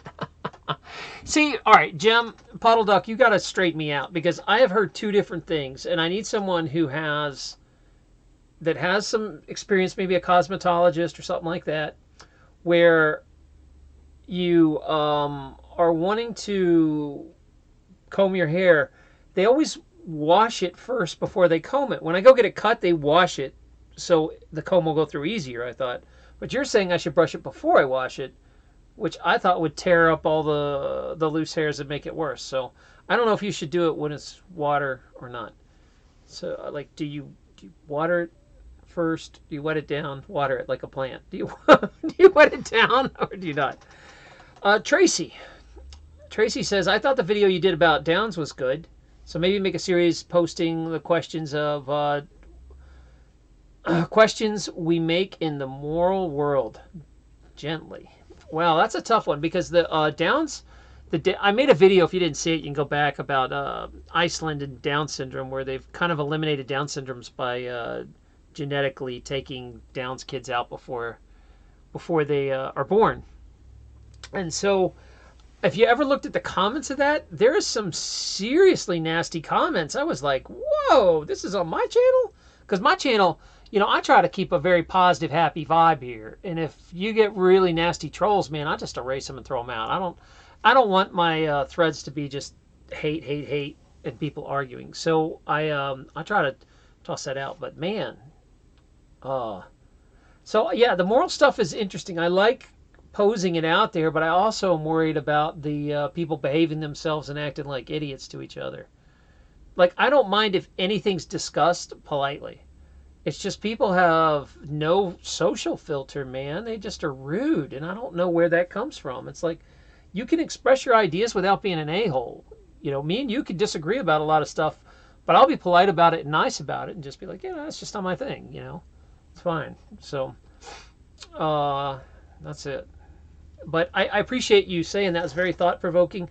I want to do some more deeper stuff coming up. I also have some, like I said, I'm trying to spin my channel more of positive, feel-good stuff. There's enough negative crap on the internet. Like, I want you guys to have some laughs while we're here, giggle, and come out feeling better and be like, oh, that was a fun show. I'm glad I tuned in. And then after that, the other stuff is, you know, we'll do some education. Because I'm always teaching. You know, my videos... Most of my videos are always how-to videos anyway. So I like how-to videos, and I think that's fun. Let's see what you guys are talking about. All right. Omar says use equine shampoo for hair, or add 1 teaspoon of, I don't even know how to say that, criffalene per liter of normal shampoo. I don't know what that is, so I'll have to look that up. All right. I've never seen a nasty comment in here. Yeah, Puddle Duck, we, for the first few months when I was live streaming, there were some real a-holes in here that we just kind of banned out. But after a month or two, it's very rare when someone gets in here and is a jerk. I think the word got out to, I just don't tolerate any trolling. That's gone. I don't care who you are. If you're even one of my best supporters, you're gone. And I try to keep my comments that way too. If people are jerks in my comments, I just erase it. Like, it's different. You guys can discuss something all you want. Just don't be a jerk about it. Why you got to attack someone personally? It's just messed up. So, when someone starts their sentence with, "You're an effing idiot, how can you believe this?" It's like, why don't you just attack, if you have a problem with what's being said, just work on what's being said. Don't call someone an effing idiot because they believe it. It's just, people got to learn to grow the hell up. And I'm just not going to tolerate it here. Let's see. Puddle Duck. He's tired and really worn out. They released him from the hospital, though. Thanks for all the good vibes. I'm glad to hear that. I'm glad. I hope Ron's doing good. Tracy, how about a lap dance then? Oh, I am in no condition to give you a lap dance. I would break. Look at my arms. They're not. I'm not a small guy. I would crush you with a lap dance. I don't know what 13 lights. You mean my light? You want to see my lights above? Is that what you're asking? Are you counting the lights? There you go. There's my Christmas lights. I have more, but I haven't put them up yet. I'm gonna try to get a disco ball soon. I'm hoping. Someone donated for a disco ball, so that's gonna be awesome. All right, Gemma, we're the good tribe. The Good Vibe Tribe, that's right. Or the High Tribe vibe. But then when I said it wrong, someone was like, people are going to think you're talking about marijuana, that you're all high tribe. I was like, yeah, no, I mean like high vibration, not getting done. There you go. Let's see. Alexander, Star Trek Picard. You're awesome, buddy. I'm not exactly sure what that means. Are you saying I should cut my hair like Picard? If I go bald, maybe, I don't know. Sons, the guns. Oh, yeah, I got big guns. I'm not gonna lie. My arms, and I don't even work out, but when I work out, they are ridiculous. Like my arms get gigantic.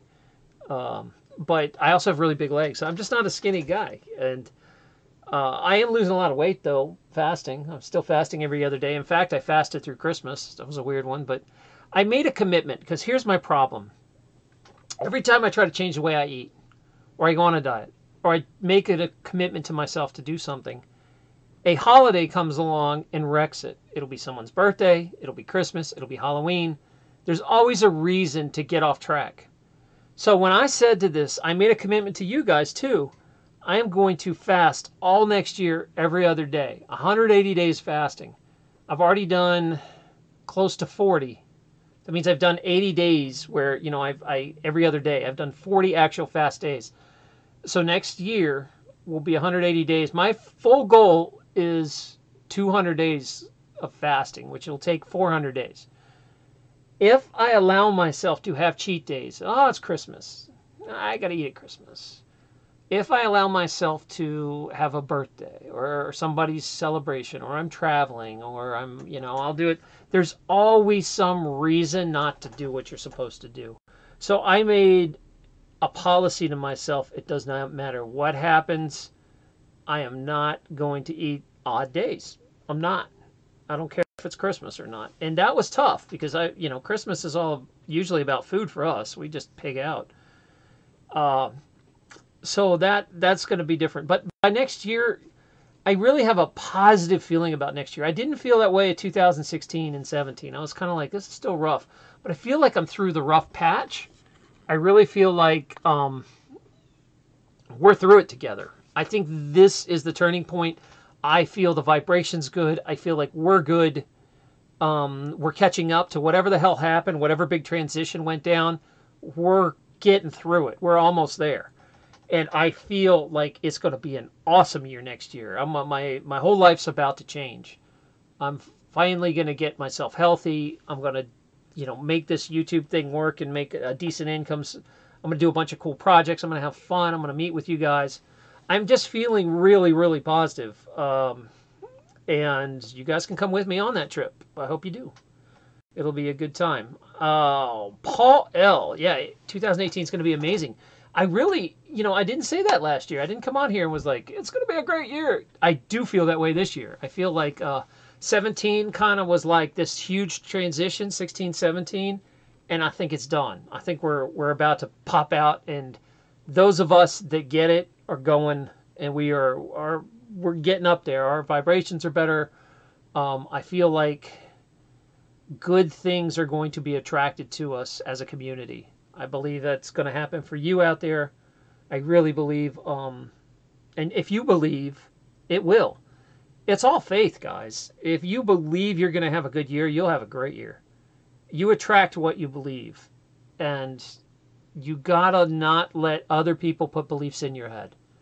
And that's tough, because some of you guys are with a spouse that's a negative Nancy, or a boyfriend or a girlfriend that's a negative Nancy, or your parents are negative Nancys, or you're dating someone named Nancy, which would be really hard because she's probably negative. It comes with the territory, right?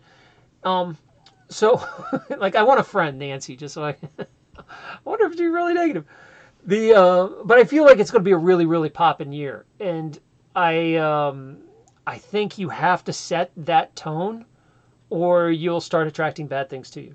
And I do feel that this is going to be our year, man. If you're ready, you can come with me, because you're going to watch this and you're going to watch me change and things happen. Because I'm on this big transformation process. If you go back, watch my old videos, you're going to be like, who the hell's that? Like, I'm nothing like I was. I'm trying to change myself for the better. Every day I try to become a little better. And I'm hoping that some of you guys will come along that trip with me. Let's see. I'm not trying to ignore you, but I got on my little soapbox. Gemma, my gas bottle ran out when I was making Christmas lunch.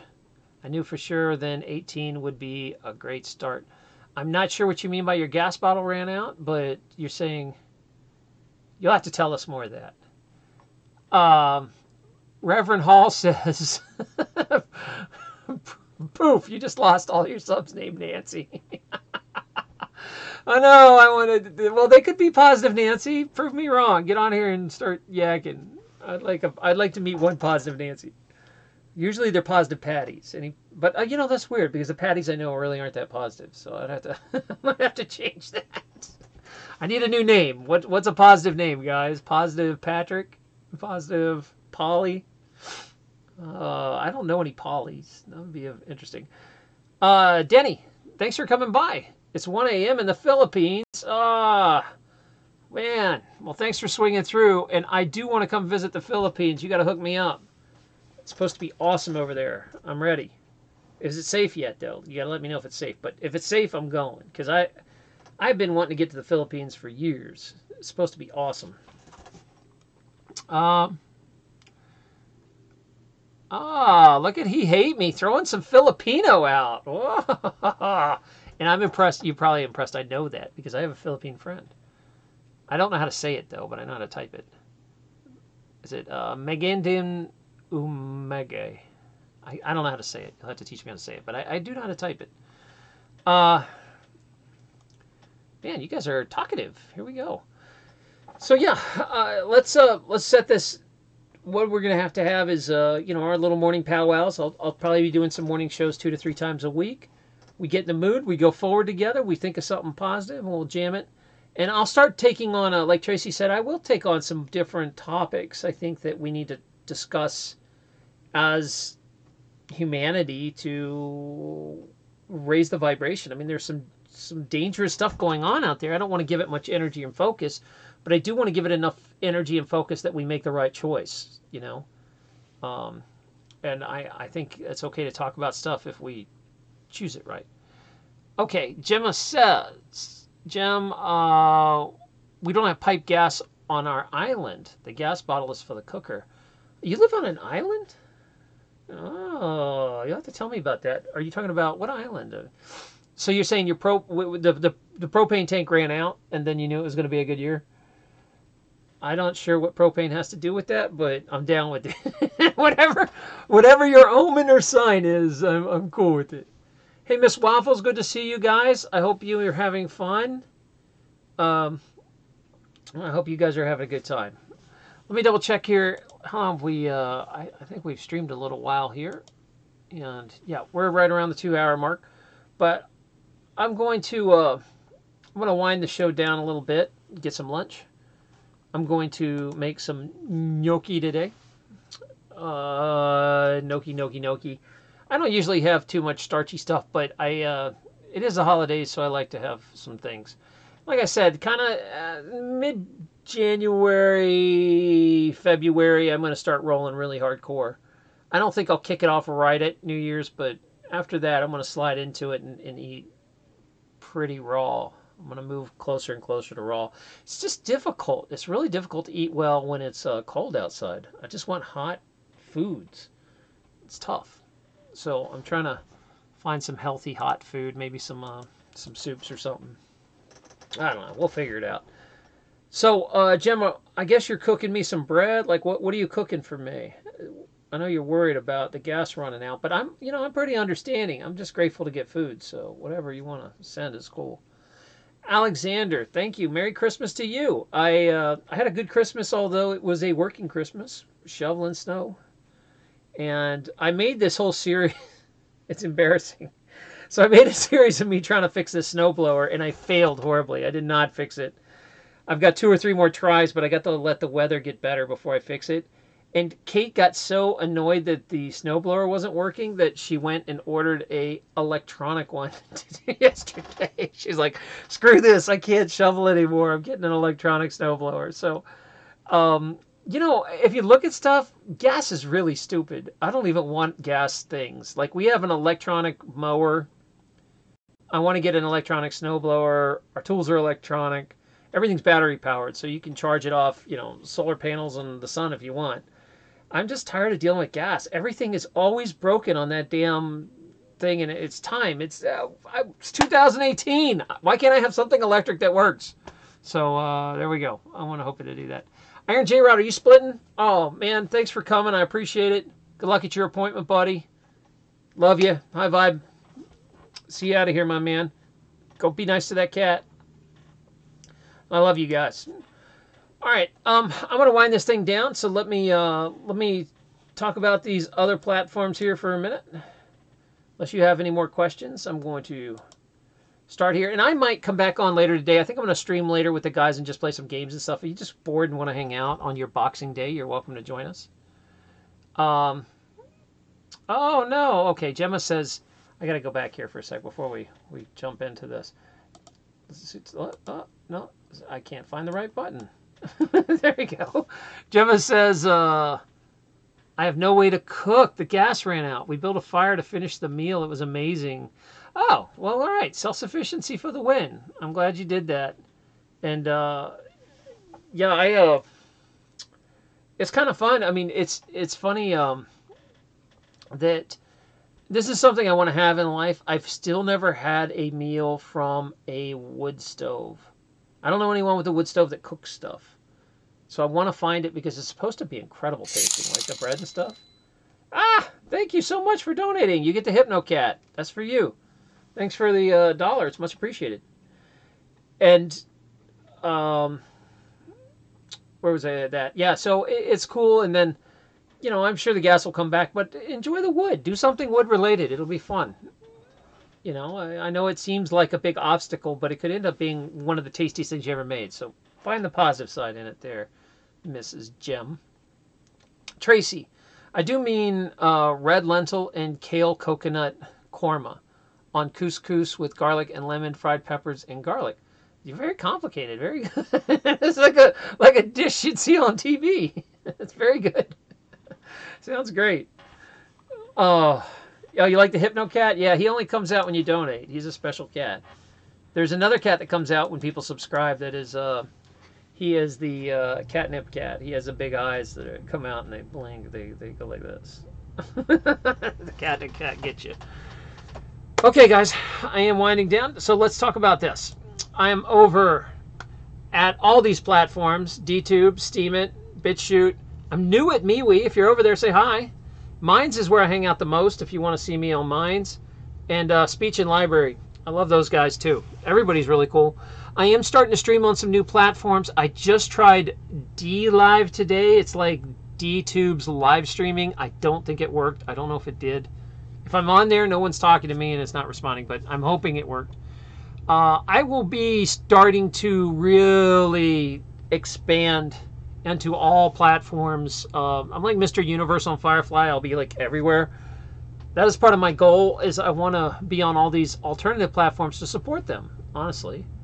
I think it's a good thing, and I enjoy being over there. So if you're on any of those other ones, feel free to swing by and say hi to me. I'd appreciate it. If you decide to try Minds, though, please sign up below with my affiliate link. It does matter, and it helps the show a little bit. If you want a kind of, it's basically like Facebook, but without all the rules, algorithms, and regulations. It is a free speech network like Facebook. So I'm spending time over there, and I'm hoping to, like I said, I'm very excited about Library. I can't point at it right there. Library, I'm going to talk to you guys. I'm teasing that a lot, but when they get everything done, I'm excited to get there. So, oh, Jim, I asked more questions. Let's go back to here. Jim, the gas will come back when I buy a bottle and they open New Year's. All right, so you're going to be rolling real life, and I think it's a good test, though. I do believe that if it's good for us to practice to be self-sufficient once in a while. It really is, because I feel that like, even though I don't look forward to it, when the power goes out here, I have enough to be ready, and it's a good test to be like, okay, I obviously thought I was ready, but I'm not. I need like 10 more things. So I'm working on it, and hopefully I will have the ambulance up and running in the spring. That'll be a fun project for you guys that want to help. If you live in New England, come on up. Let's get the ambulance rolling. It'll be fun. All right. Oh, let's talk about other stuff here. So, as you guys know, that... Oh, wait. Whoa. Last question. All right. We'll go back to you. Whoop. You keep pulling me back in. Last question. What book would you recommend for light entertainment fiction? Well, of course, I'm going to talk about my own books. You read, if you like dystopian, One Nation Under Blood is probably my best book I ever wrote. The most popular is Pirates of Savannah, but I think it's my worst book. Otherwise, if you want something that's fictional, if you're not going to read my stuff, I would read... I'm still a fan of the old school classics. Like, I like a lot of humor. Anything Douglas Adams wrote, I love. I'm a huge Douglas Adams fan. Obviously those are fun, even if, because they're dated now to read, they're still funny. So anything Douglas Adams wrote, Restaurant at the End of the Universe, Hitchhiker's Guide to the Galaxy. Although I didn't really care for the holistic detective book, but I forgot what it is, Dick Genty. Anyway, so there you go. I'm brand new, so don't hate. Didn't know you were an author. Oh, no! No, I don't ever talk about it. It was like a different life. I was an author. I had some success around 2009 and 10 in self-publishing, and I had my book was the highest rated historical fiction on Amazon for like 4 months. I mean, that's a huge deal on Amazon. And it was Pirates of Savannah, but it was my very first book, and I just happened to hit it at the right time. And I got much better as an author later. But what happened was I was making a living as an author, and people stopped reading. And then everyone and their mother became a self-published author. And I just got lost in the swamp of people out there, and I got more interested in making videos. So I did write some fiction. One Nation Under Blood is probably my best book, but it's probably getting a little dated now. I have to... people really want me to write a sequel to it. I have not. I'm about a third of it done, but it's just such a big commitment. I didn't know. Like, I'm dyslexic, so writing's very difficult. But I wanted to write, and I just did it to kind of do it. And I put out about, between all the short stories and all the stuff, I've got about 20 pieces up, 20 works of fiction. I've got 5 novels. But the one I guess I like the most is One Nation Under Blood is probably my best book. It's just, the thing is I never finished a sequel because it didn't make any money. And it's kind of like what we were talking about before, that my worst book makes all my money. and my best book, nobody read, so I can't get anybody to read the damn thing. And plus, none of the books make any money now. You know, once books are very fickle, so like I had to stop being an author because I was starving to death being an author. It was one of these things that you just can't do because it's one of what am I trying to say? All right, put it this way. I have to drop every single thing I'm doing for 6 months and work my butt off to put out a novel. 6 months is like the minimal. I have to front a few $1,000s for editors and artwork, and because I can't edit my own stuff. Then, and then on top of that, you have to have a big enough marketing reach that when you put a book out, somebody will actually read the damn thing and buy it. So, I had that combination back in 2010. That I had a pretty good, strong online presence in Facebook. And I put this book out and had some success. But that was kind of like, I understand it was just like the right time. It was just very, very lucky to do that. But what happened is, as the book stopped making money, I was like, well, how do I sacrifice 6 months of my life? I put a book out and I lose money. Like I spent $3,000 developing a book and I make $500. It's like, I can't make it as an author unless I get a publisher. And at that time, publishers, and today, publishers just got killed by self-publishing. So no publishers out there really. It's kind of pointless for you to publisher anymore. They don't do anything for you. So that's I don't know how to make it as an author anymore. I would continue writing, but I also enjoy. I like making videos. I mean, I watch more videos than I read, so I'm just not. Maybe my life as an author is kind of winding down, or it's on quiet. I have an idea for a book, just kind of like a nonfiction book, but it'll be just like a small accessory book. It'll probably like novella size if I write it. But that'd be it. Let's see. That's great, man. I promise to check out your books. That's awesome. I still love reading print. That's cool. You can buy it on print if you want on Amazon. It's on print. Thank you for that answer. It was great insight to the business. Yeah, the problem is people stopped reading, and this next generation that's alive is all about video. And so the money is going into video, and it's getting harder and harder to get people to read. And it's sad. I mean, I think print's cool and reading's cool, but I don't know many people that actually sit down and read a whole book anymore. They read short things like articles or, Reddits. So I don't know what's going to happen with published authors, if it's going to be a dying medium over the next 20, 30 years. I don't know, but I can't make a living at it right now, and I don't know what's up with that. Well, cool. Start with One Nation Under Blood, and hopefully it doesn't make you too angry. It's a pretty dark book. It's a different time period for me. A different time. Okay, you guys, you're never going to let me go, are you? I'm going to split. Thank you so much. I might be around today. So I do appreciate you swinging through and stopping with me and having a morning recharge. Thanks for coming on the High Vibe Tribe train. There, that's too many. So subscribe to the High Vibe Tribe. That's a little better, rhymes a little better. I appreciate you guys stopping through. And if you want to support the show, don't forget that we do have Patreon, or I do. And I just started it like a month ago, so I don't have many Patreons, but you can Patreon for as little as $1, and it helps me escape the evil grasp of YouTube. It lets me be able to deliver content and not worry about ad money, and I'm really trying to move that towards that this year. So for as little as $1 a month. Now, I do plan on really ramping up my Patreon next year, so you'll be getting all kinds of cool stuff. But right now, it's kind of just to donate to help the show. So much love. If you want to throw me some Patreon love, you just click that link if you're watching this in a rerun. If not, it's in the description below. The other thing I want to talk to you about is to keep watching. If you are watching on YouTube, just click one of these boxes appearing right now. You'll see these stories appearing, and YouTube Love Watch Time, so you can go and catch some of the old shows you missed. I really appreciate it. I'll see you guys in a day or two. Remember, stay positive, support each other, love each other. Be nice to that cat. And poof, I'm gone.